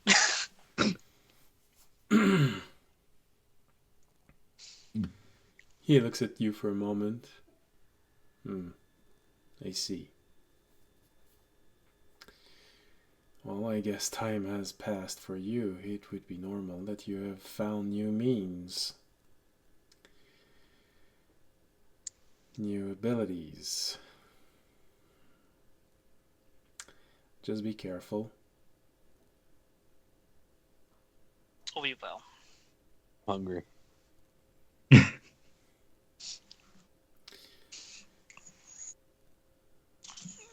You shouldn't worry too much. We still feed everyone before the night is over. You will have a meal.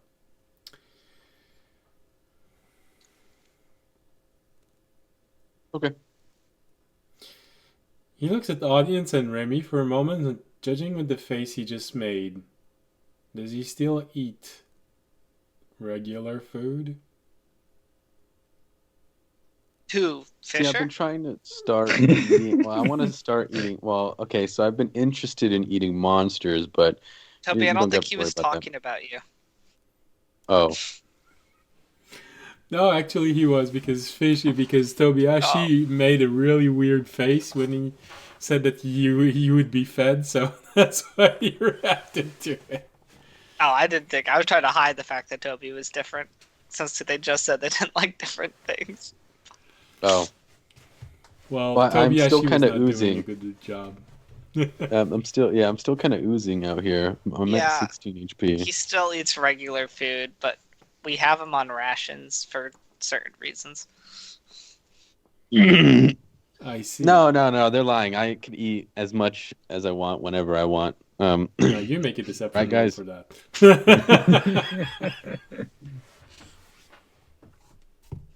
Again, in Raimi's mind, why does he keep saying things? Natural one, baby. Countered by a natural 20, so yeah, it really just does. Sounds like he can see into your soul. You have I that my moment hands on where my head, you like, look at him and it feels like, I think he realized where I was born. I don't even know that. He just broke you down on a molecular level. He knows more about you, what you are now, than even you do. Where do I come from? Please tell me.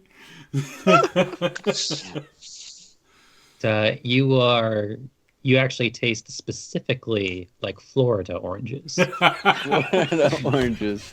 Ah, Seedless plus Florida oranges. Florida orange eats monster. Uh, That's just a new headline. all right. New kitty. As you're walking through the corridors, you sort of start being able to know where you're going just by the sound that you're hearing reverberating through these halls. You sort of recognize Kalina's voice. Let's just say handling a room full of knights, most likely. Most of you aren't sure of what she's saying, but you, Remy, and most likely Zadkan, can make out a few things that she's saying, mostly about why did you hide this from me? Do you really want to defy me again?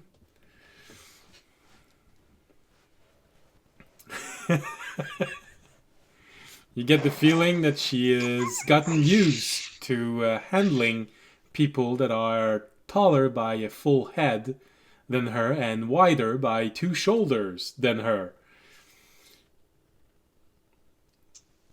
Giggity?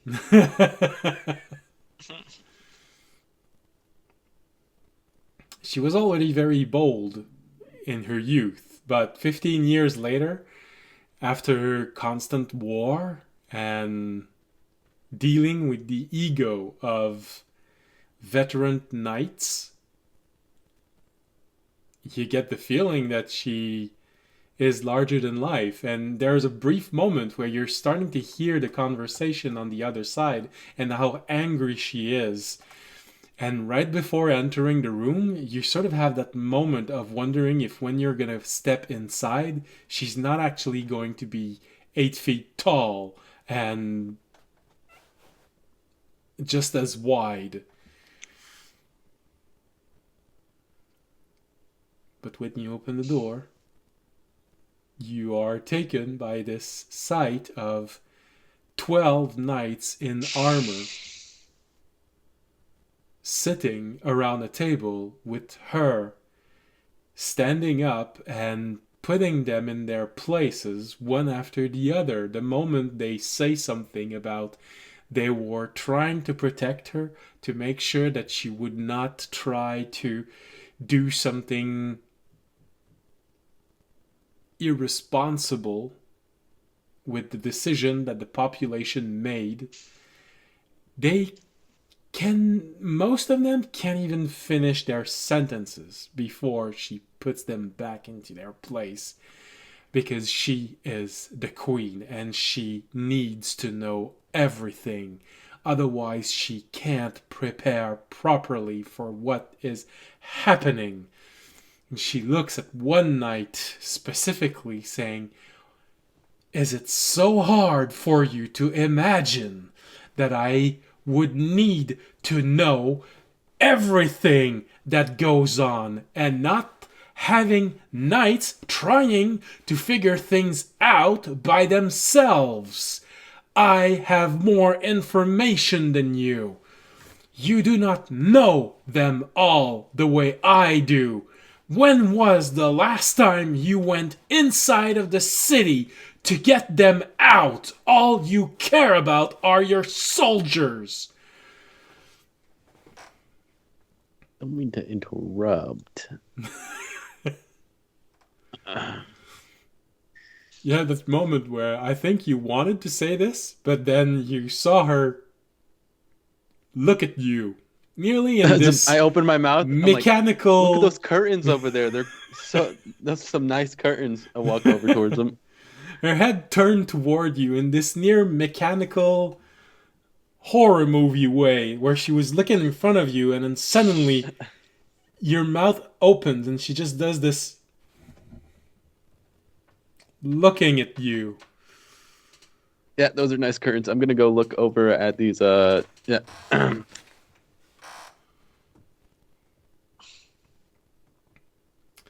You hear Zadkan going, "My queen, maybe a small recess. I think your knights need time to digest everything you have just given them." She takes a moment.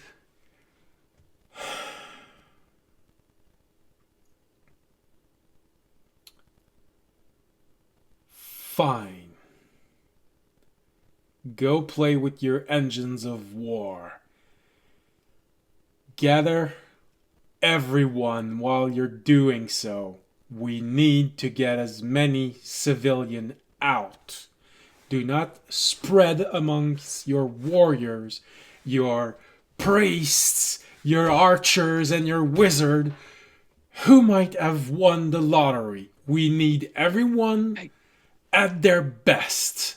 We don't need jealous soldiers bragging about being saved or losing faith that they might actually get out of this alive. You just hear them say, "Yes, my queen." And they get up and they leave the room. Some very hastily.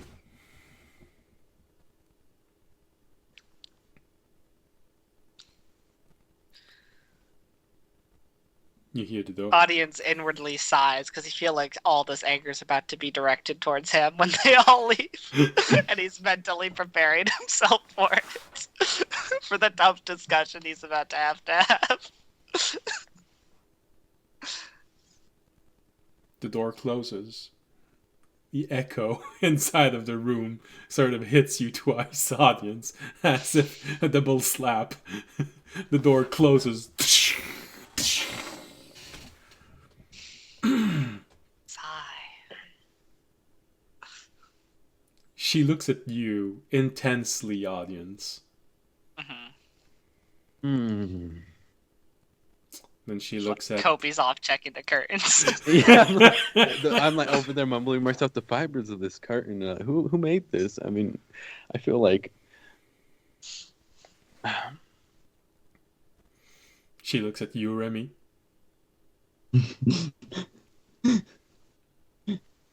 Hey, Remy, come look at this curtain.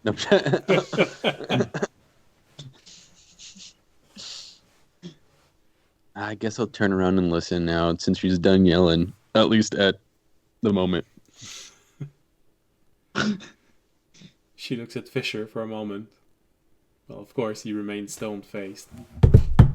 Beep, boop, boop, bop. Boop, boop, beep.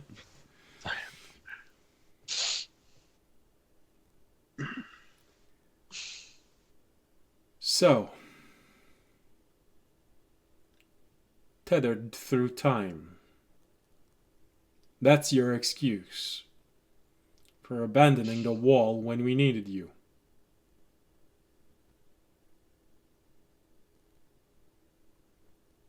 Hey, Yes. it wasn't really our fault. Not so much an excuse as of what happened. Question. When they fixed the spyglass, does it still retain some of its aged qualities?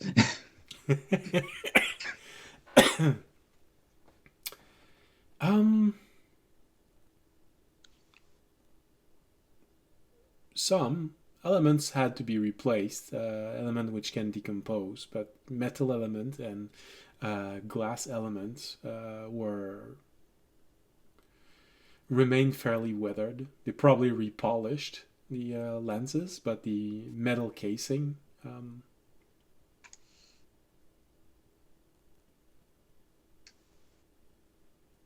probably bears sign of going through time. You know what, we'll try it. Raimi is going to first bow respectfully, then pull out from his pocket what I have continuously dubbed ye old spyglass. And presents it.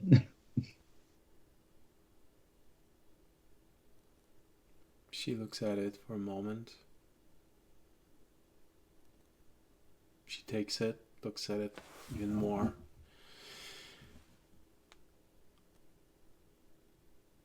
I imagine you're wanting me to notice how weathered it look. I recognize it from the one that you took to the walls. And for comparison's sake, Raymond will even minor illusion the original one. Unfortunately, there's no way to be sure about metal. It could simply have been age 100 years, it could have been age 5,000 years. If it was well maintained.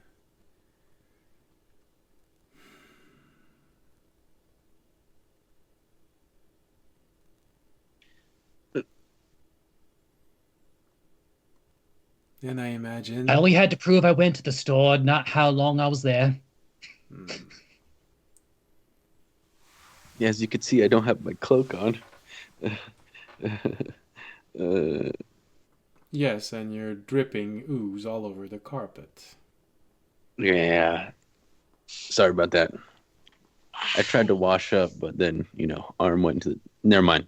To be fair, Queen, I don't believe this is a trial. I believe you are a good enough judge of character, or at least that's how I remember you, to know we wouldn't readily just abandon the wall of our own free will. We did defeat the Swordmaster, but we got forced to leave. It's not like we had a button or something. Nor if we did abandon the wall, why would we return now in such a, may I say, hopeless situation? If we Also, found a way out. I'm more, I guess, conscious now that this is the past. I don't know how to explain it, but I guess last time I didn't really like you or something, and then now I'm back, and I'm I'm being honest. I feel for you now, and you're kind of scaring me. Stop looking at me.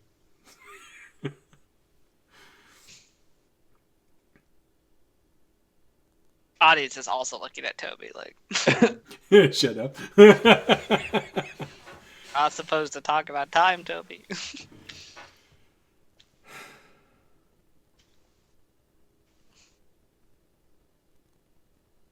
So when are you tethered exactly? Far in the future. Let's just put it that way. Far, far in the future.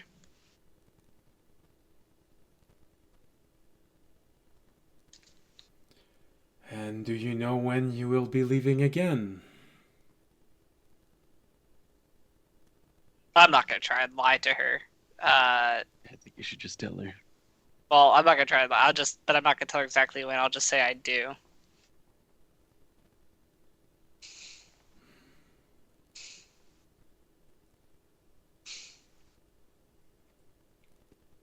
We are trying to evacuate as many people as we can from the city. I understand.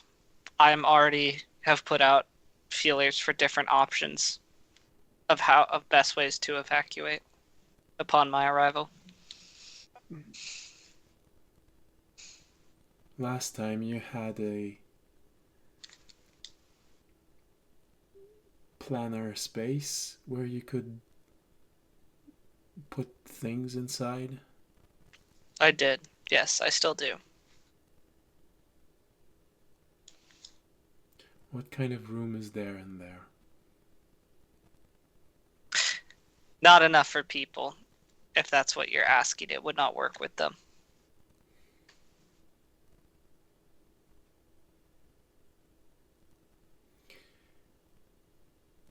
Are there many people like Fisher?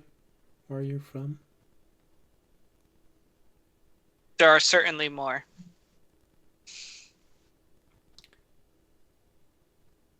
Are there many who are not like him? There are some of those as well.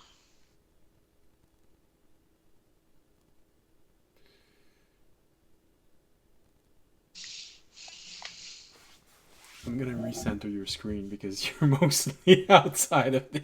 Oh, I can probably. Okay. I was just leaning to the right. Okay.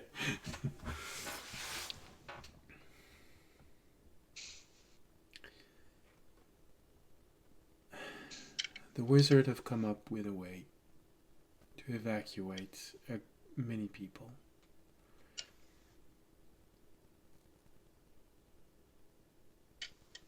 What is it?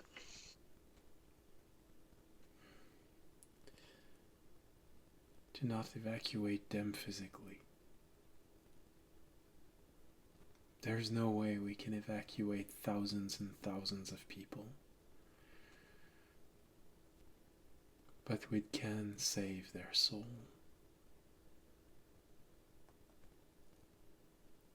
The problem is, once we leave, they'll need bodies.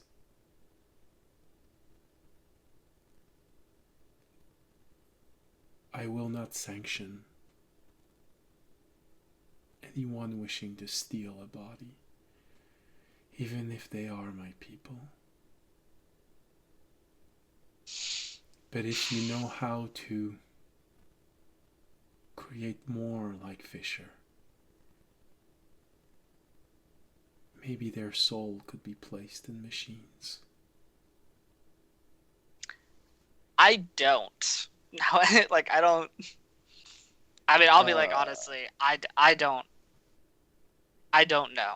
I don't know of any. I believe that is something a wizard could know or would come up with. Do But- we know how old Sib is? His body is right now probably still on the Misty Island chain. Well, I know that, but I mean, like, do we know how, like, when Fisher's Sib body was... is several thousand years old. His consciousness, this started to happen in the Misty Island chain only 100 years ago. I was just thinking that it matched Fisher's dream of Sib becoming sentient, kind of. Yeah, but we don't know how to do it or if it would work. So I can't honestly say to the princess, I know that this works because we've never heard of it. We know that Civ finds awareness. We know that Civ finds awareness, but we don't know if basically how it happens or like if there were human souls attached to it. We don't know that. So I would honestly say the queen, I'll be like, I don't know if this. I have never heard of a human soul being used in a machine from where I am from, or if that is how it works. If you want my honest answer, I'd be very wary of doing this or looking into this as an option. We have very few options. If we try and evacuate people as they are, we can maybe evacuate at most a few hundred people. And that would be using methods which would allow us to just put people inside of a room. Which means it would limit our possibilities very much. And we'd need a place to send them. But this other method of storing the souls inside of a gem, we could store several thousand people inside of gems. But you'd be wearing the lives of my people. Oh, Have you told your people about this yet? It's the only way. They know that magic will be involved. And they know that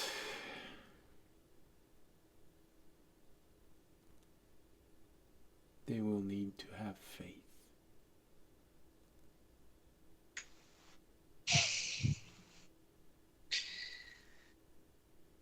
I do not know your people as well as you. You are their queen. I cannot force you out of this decision. I would just say to be wary. But if it is the decision you take, I would be willing to bear their souls and try and promise you to try and find a solution on the other side once I return.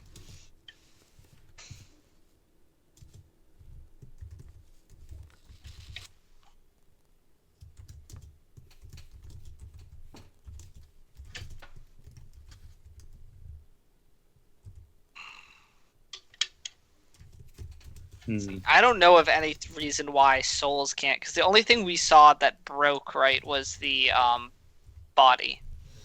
So a gem, something that would actually last thousands of years, would work as a holder, from what we know. Yeah, I'm almost confirming it, but I'm waiting to actually see it before. Yeah. If you had the same idea that your passive insight might have given you. So yeah, it's just like, so Amy just kind of like leans over to audience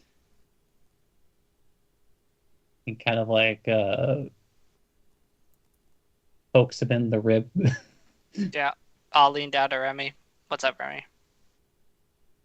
He'll make a small minor illusion in his hand of the Gem of Worlds. Oh. You think that could work to store them?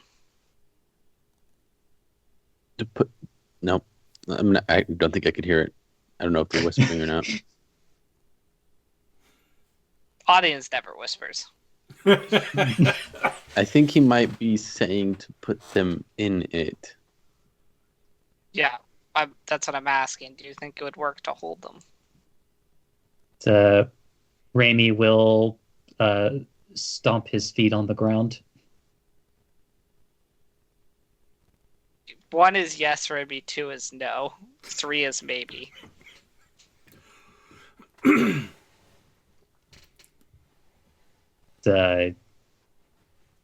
ask you, like will pendulum turn right if you...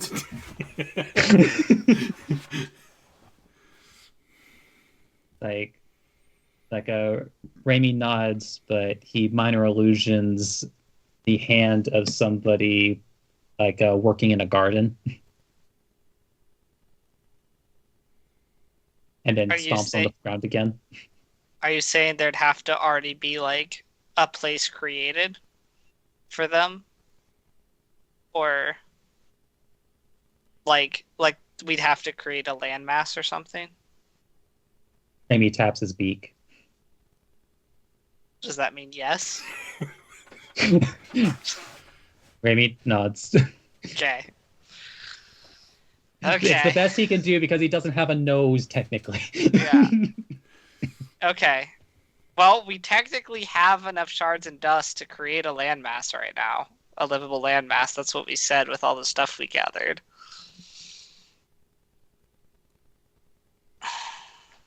I could do it technically tonight, I think. But we'd have to use the dust and stuff that we have.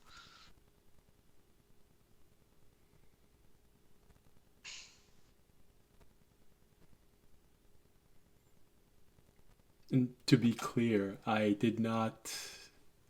had not planned this idea. I just had it right now, and I realized that Remy had enough puzzle pieces that his passive investigation might have given him the clue. I really just thought about it now. Mm-hmm. So I didn't make you go into the past with the only option of helping all those people by sacrificing things. It's really just something that I think No, about now. I mean I'd be willing to do it for. Sounds like a good plan to me. I'll say here. I'll pull out the world gem that we have. I'll be like, I believe what Remy is trying to say is I have this gem. I have not Snow done globe. much. I have not done much with it. But however, you can use dust or shards. I'll hold up a dust or shard, for example, to create landmass or islands within it.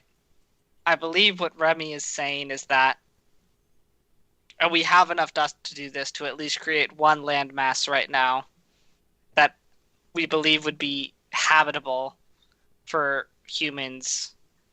We believe that if we created this landmass, it could potentially store the souls as people from the city of Bothanor within this gem. If you want to get that checked, we could, I guess, have the wizard check it to see if it would work with his idea of the experiment. But Yes, I think it could. If it worked, it could be a solution. No one would need to steal a body to come back if they could simply manifest a body inside of your gem. By the way, we just created virtual reality, so you know. we did kind of create virtual reality. Like this Virtual is reality with real soul AIs. this is like one step away from the Matrix. Audience, you do understand what this would mean. Yes. You would hold my people in your hands for the remainder of your life. Yes. I would understand that. Not only them, but potentially their descendants or any for all that time. I don't know how procreative would work in there, to be honest. But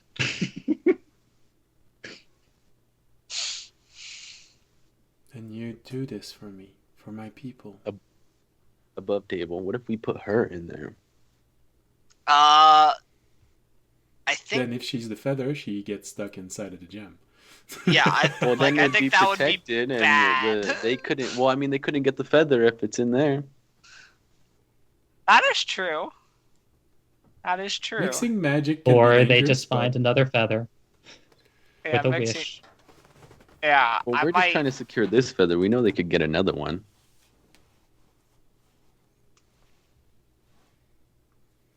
Yes, I would be. Anyway, back to the conversation at hand. Yes.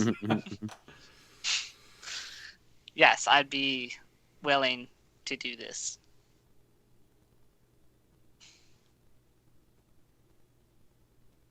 you'd look after them.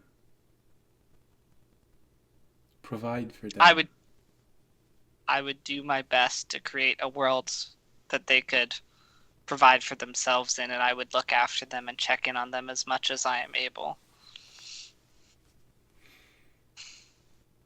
All right. I will ask our wizards to evaluate this possibility. This Okay. could save many more people than what we thought we could. But if I do this, I need to ask something of you. I need you to stop, and you have to trust me on this. I need you to stop going out onto the city on your own. I need you to stop trying to do what your knights can. Your people have given everything so that you might have a chance to escape. Would you really be willing to let them down, their spirit, perhaps their last wishes, if this plan does not succeed, to put yourself in danger? I'm begging you to not go out and to listen to me on this.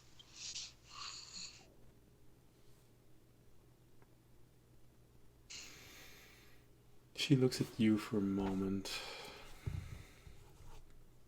You get the impression she is evaluating you.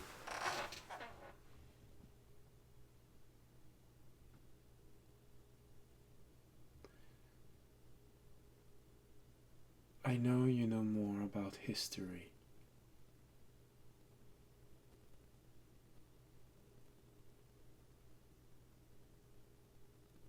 I respect that you do not wish to tell too many things.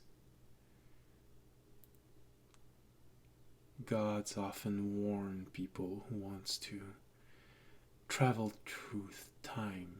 Wizard also do the same thing.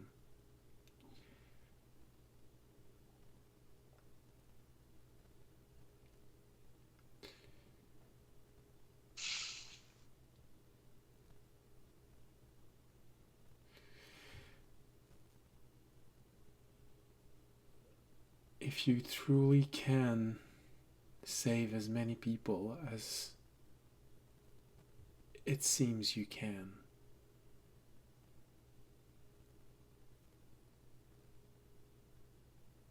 then all right. I will agree. Thank you. But we'll I am working. still need to escape here. I am working on. I am working on that right now. I'm waiting on. What's his name? Ernest to come back. To come back to me with some information that I think might be helpful in the escape plan. There are a couple options that I can look at. I can tell you of the options, although I can't tell you why I know that they may be good. One,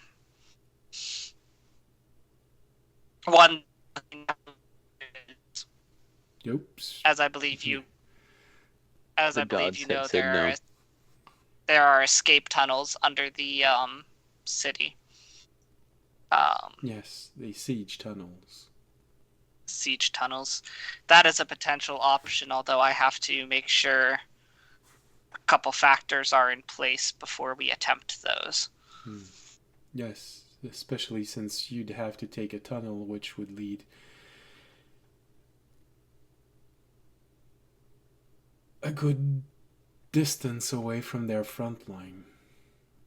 Otherwise, yes, no one would have a chance of escaping this. There is always the option, of course, that if we time it perfectly, and I mean perfectly down to the second, as the barriers fall and they're bringing in their engines, there may be an opportunity to try and escape with a small group. However, that would be extremely risky, and failure would mean certain death. There is a third option, I believe, as well, which is, as you know, there is a portal at the bottom of the the bottom of the city. The castle. The city. The bottom of the castle. However, to get any codes to that portal, we would have to fight through some fairly heavy resistance, I assume, that is surrounding the library to be able to access those codes and be able to make it to the portal. So again, a risky option. These are the three options I am looking at and trying to gain information and, help figure out ways to make possible. Have you considered the aerial escape one? I have not. Is there a way why you didn't? A reason why you didn't? I didn't know of it. We've been considering trying to escape using a Zalta. He can carry a significant load of people with a cart with people inside. He could try and force the enemy lines. Just fly away. Would his brother not stop him, though? It would be a danger, but not more dangerous than two of the options that you've just mentioned. But they're, uh, excuse me if I'm wrong, but don't they have I was going to say a trebuchet, but I don't know if that's the right name for it back then. You could say magical trebuchets. That would probably Magical translate. trebuchets, giants throwing boulders. I don't know what. Well, that Do they not have beholders out there ready to shoot laser beams at us? well, all of those things have a maximum range. It's harder to shoot something that's flying away compared to shooting something on the ground while you're in the air. I mean, if we consider him getting attacked by his brother and those attacking us at the same time, that seems a lot more dangerous than perhaps Well, trying to get to a library. You just tried to suggest to go through the front gate while they're bringing in their their engines of mass assimilation. I mean, you're suggesting things that are pretty dangerous. There's also, since you're suggesting that, we could also just simply jump the walls. While they're doing this and all of their forces are gathered at the front of the city, just jump the wall and try and get to the forest line. I mean, Well, I can't say much about it, but there's bound to be breaches in their line. It is my belief that of the factors I know of, the tunnels or the portal are our best means of escape. And that is what I plan to focus my energy on. Fine. We'll look at those as main options, but we need to find secondary options. That is perfectly acceptable. Yes, the library, which you are talking about, has recently been taken by the enemy. It is one of the quarter, which the barrier around it has failed many times and will most likely fail for good within the next hour. So getting anything from there would be a small gauntlet. However, and she looks at Zadkan. Do we still have the key to open the gate? Zadkan nods from very subtly. Yes, of course. It is somewhere inside of the basement. The old dwarven tunnels reach very far, and many people would be able to simply join us. We would not need to put such a drastic load on a single gem to save many people. A gate would be very useful. She takes a moment. But if I remember correctly, it was never used. We can't be sure it functions. But it would be the safest way to deposit people of a very long distance from here.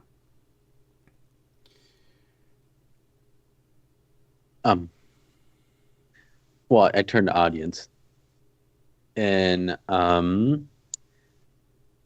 asked audience, should I mention it? Which thing? The scroll. You can mention the scroll. I think we're laying our cards down as potential options here. Okay. So I'll pull it out of my bag and place it on the table. If there's a table in here, I think there is. Yeah. So I have a way to get the information from the library without having to go in there all the way. I don't really want to have to use this option unless we can't find any other option. This would be our plan B if we're going with that library thing. All I have to do is ask for the information that's inside the library, and it will appear on this scroll. And we'd be able to go through the portal. Well, I was going to ask you, all of you, if you wanted to try and make the run to the library, seeing as you're most likely among the more capable solitary warriors inside of the city. But if you'd prefer doing this, I guess As I said, it's a plan B. I only have one more use of this item. I would really like to save it, but if it, like I said, this is a secure plan B or whatever plan we have, so that we can make sure this does happen. We could go for the run and try to do that first, but if we fail, we could. Well, unless always you come have back. the ability to be at two places at once, you're gonna have to stay here if you want to use this scroll, while all of your friends go try and do the library run. Unless you can tell me how to use this scroll. Could I? As far as you know, no. It's really No. It comes with your My thing, yeah. background. Yeah. As of now, there's no way for me to show you how to use it. It's kind of attached to me. Well, in that I sent some scouts to hopefully check out the perimeter of what might be in the library section and come back to me with information. So I was waiting on them to return. I'm hoping they don't overextend themselves and put themselves in unnecessary danger. Remy, your incredible passive perception, probably passive insight, tells you that what audience just said annoyed the heck out of Kalina. You sent people out without my permission first. Oh, these blinds are great. Audience. It's like, audience goes, I wonder if your people would like a garden or like a rocky shore better. He stares into the gym. But as I said, this could be an option. I would just like to say we should hear back about the crystal first, and then any other information that we are going to get. But yes, this is a solid plan B. I could even be down there and do it if all else fails. I don't know why. I feel like Tobiashi is actually saying this, looking exactly the way you do. You know, not looking at her, looking down while he's saying this, looking a little bit nervous. Well, it would be enough to distract her attention from audience, who has just done exactly what she was telling her knights not to do. I'm just like twiddling my fingers, like. You know, just mentioning. Yeah, just saying. Like her eyes are just piercing my face like a dagger. It feels like you're about to lose one hit point of psychic damage.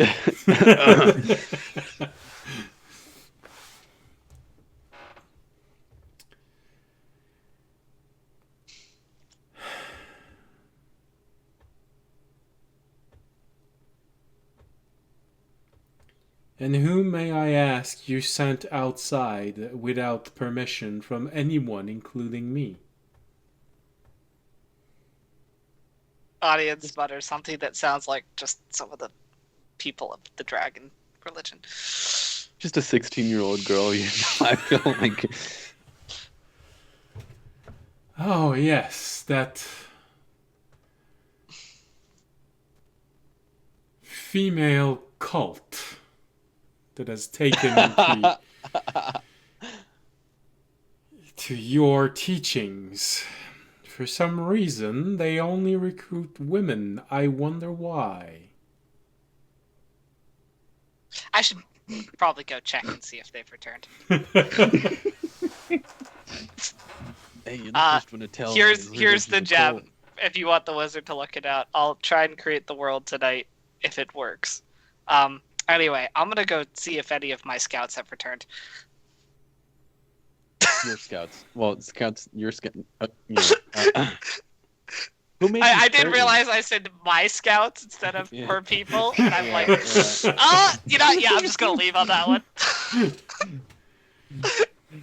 Just like Raimi just awkwardly standing there after that bomb was just dropped. Me just coming in and immediately starting to give orders like I own the place. Yep. It sounds like audience. She takes the gem and says, right, well, since everyone seems to be as scared as you are of me right now, I guess I'm gonna have to go deliver that gem myself.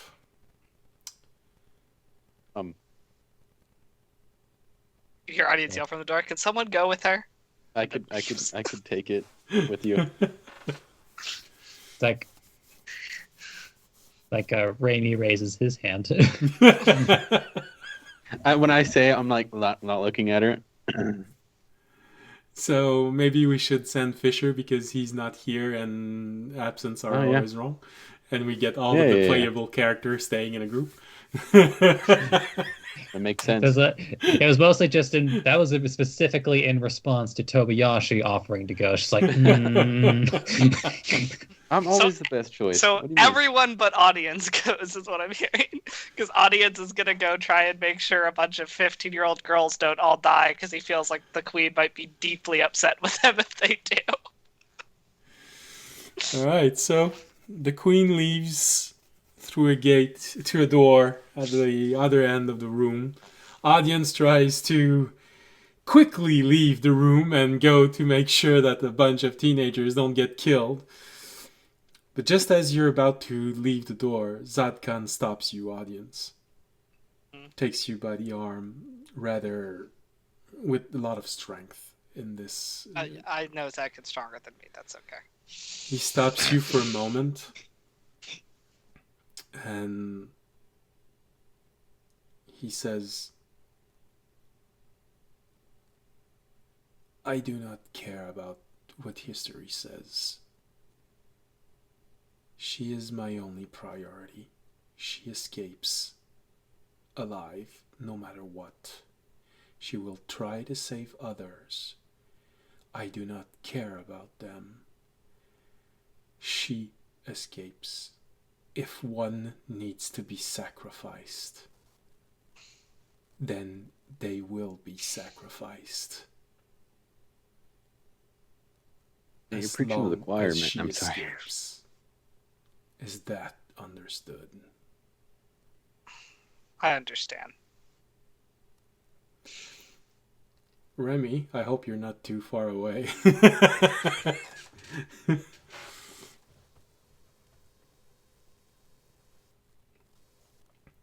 I think he's far away. Listen, audience and Zadkin are on the same page.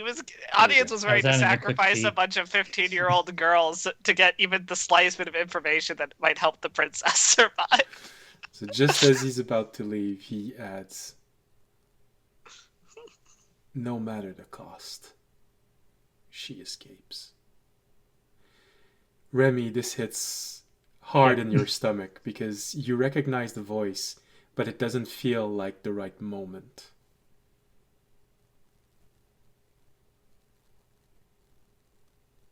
But you know now who will be saying this later on. No matter the cost.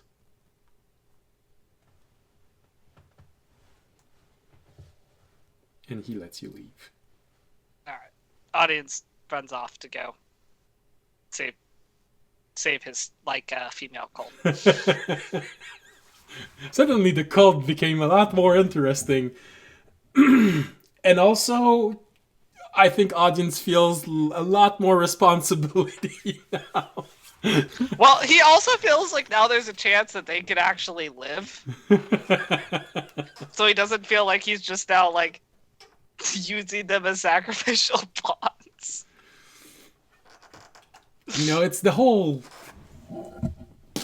of it. Yeah. So he's like, yeah. But he's also still kind of on Zankin's side of, at any cost, he wants the princess to survive, so. Alright. Or the queen now. Yeah, the queen. Because in audience mind, he's pretty much 100% sure that she's the feather. Okay. So, you all leave the room. Tobiyashi's scared as shit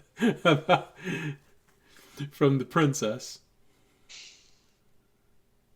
Is he still frozen? Is he still there? Oh, no. He's gone from me. Yeah. Internet might have died. Yeah. Well, it is.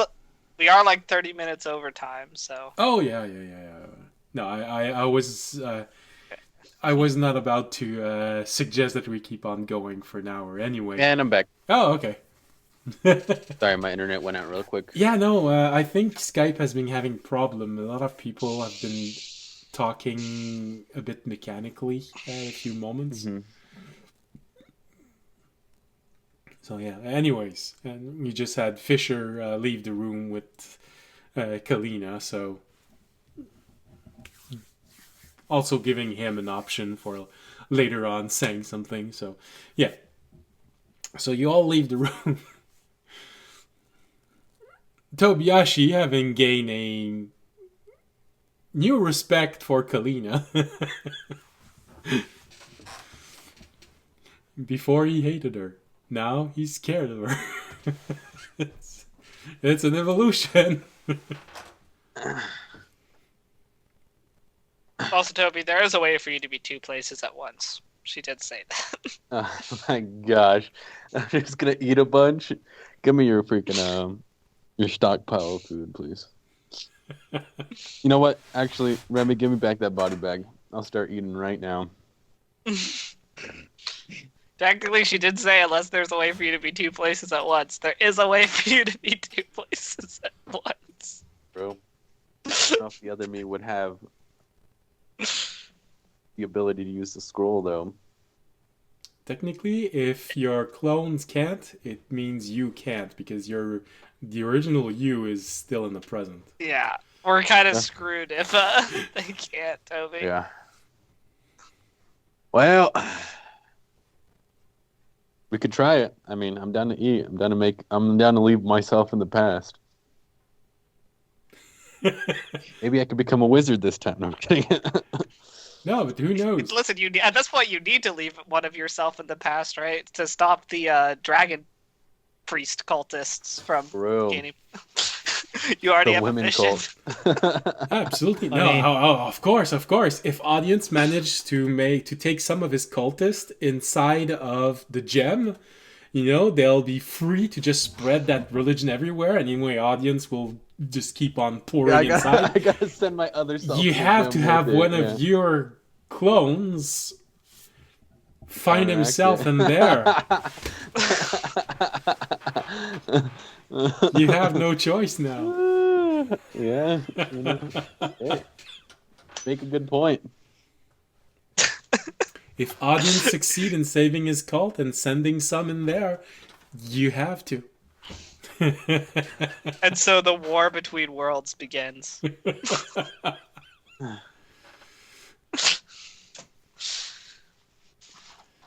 I just won't be able to communicate with this one. Well, audience is like, why is there a little Tobiyashi? Why is there 500,000 Tobiyashi in there? Well, anyone can meditate with the gem and visit the gem. You just can't properly interact with the world. You can influence it. No, actually, there is a way. If you meditate, that you can just technically incarnate yourself in there for a moment. Essentially, you are a god, so you are creating an avatar of yourself in the world, a temporary avatar. Oh my god, audience is going to become the god of Bathanor and spread the dragon religion. Also, I already have the line set up for me. It's going to be like the people are going to be like, we were saved by the dragon. I'm going to be like, exactly. You were. And then just a bunch of me's is gonna look like a cult in there. It's gonna be. Well, here's the element that you have to think about. Will the gem be affected by time when you bring it back? Meaning that when you suddenly reappear in the present, will there have been at least 1,000 years that will have gone by inside the gem? Meaning that by the time you look at it again, you might have an entire civilization in there. As I said, I don't know how procreation's gonna work inside the gem. All right, well, I gotta start eating now. All right. Well, that's gonna be interesting. Like I said, I did not plan this when you were going back in time. I really just thought about it now. That she's using gems. Oh, Remy has enough passive investigation to have figured that out, and apparently he did, because while I was writing it, you thought about it. I didn't even have to use your passive investigation, so I'm proud of you, Remy.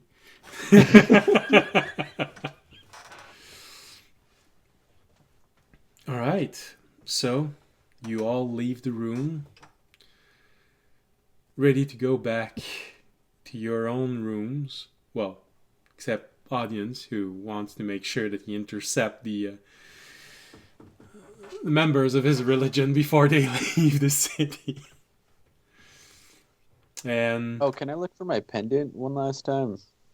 I haven't gotten to in here yet. Oh, yeah, make a perception roll. Okay. It was on the gem the whole time.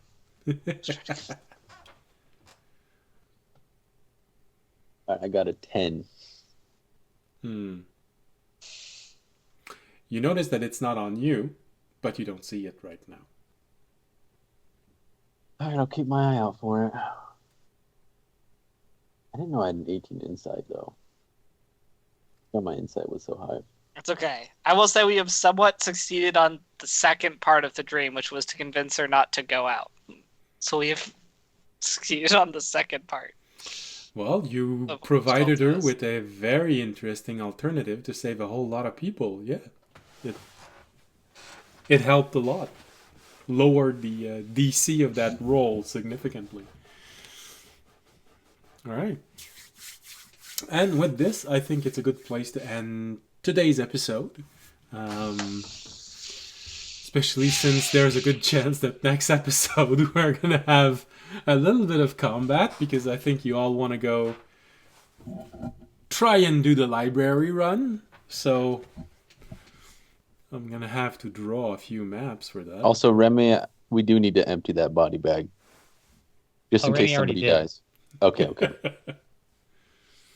You must have missed that part, but I did. When you handed the body bag over to Raimi, I said, and then Raimi disappeared. Well, yeah, I didn't know that you got it out of the bag yet. Well, technically you don't. Yeah. Well, I mean, the only reason I have it is so, like, if one of us dies, we have more time to revive somebody. Yeah, of course. That's the reason. And to, put dead people in there. Yeah, absolutely. It has nothing to do with you asking me every single episode if you can put a giant in there. Absolutely not. Yeah, never.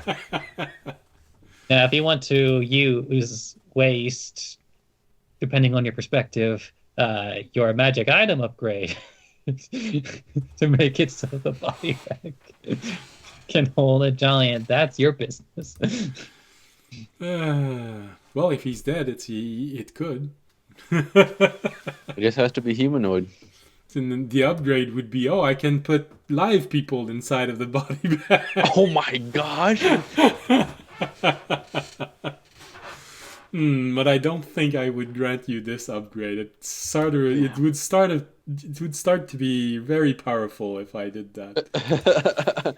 Just like, oops, pushed him into my body bag. Oh no. damn. Man, it's really easy to complete all of these escort missions when the subject of the escort isn't even outside to be affected. All right. With this, I think it's a perfect moment to end tonight's episode. No, not the break. Here we go. And well, have you all go to bed. It's a good thing to sleep. It helps in so many ways. Yeah, you'll see. But yeah, thank you for being here tonight. Thank you for watching. Hope you had a pleasant whatever part of the day it is for you where you are. Hope to see you again next week, either Wednesday or Friday. Friday for the rebroadcast, which has a schedule that is more attuned to the eastern side of this continent. It's a bit early for the western side, but hey, if you like doing this early, sure. Hope you had a pleasant evening. So yeah. Next Wednesday, next Friday for rebroadcast.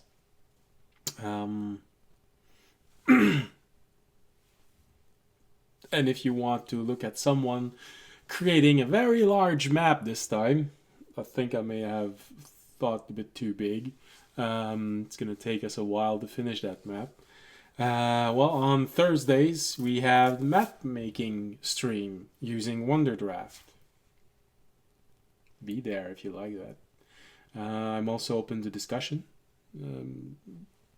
I'd like it to stay around Dungeons and Dragons, but hey, if you need it, you need it, and well, I'll entertain the discussion. And remember, if you want to help us, support us in any way you can, well, there's a easy thing you can do simply by following us, leaving a comment, leaving a like on Twitch, Twitter, and YouTube. If you want to do even more, which is also very much appreciated, you can make a donation, become a Patreon, subscribe on Twitch, which audience did today. Yay! Maybe it was useful, maybe Kalina did not pull your head off because of that. Who knows? But if you can subscribe to not die method. Yeah, pay the DM so you don't die. Is that considered pay to win? It's pay to live. A more worthy cause. And if you can't do any of those because you don't have the means, because you don't have a lot of time, well, there's a very free thing you can do that also helps tremendously, and that's spreading the word of this channel. So, thank you for being here, thank you for watching, and as always, see you next week, and stay safe and stay healthy. Good night. Tenny.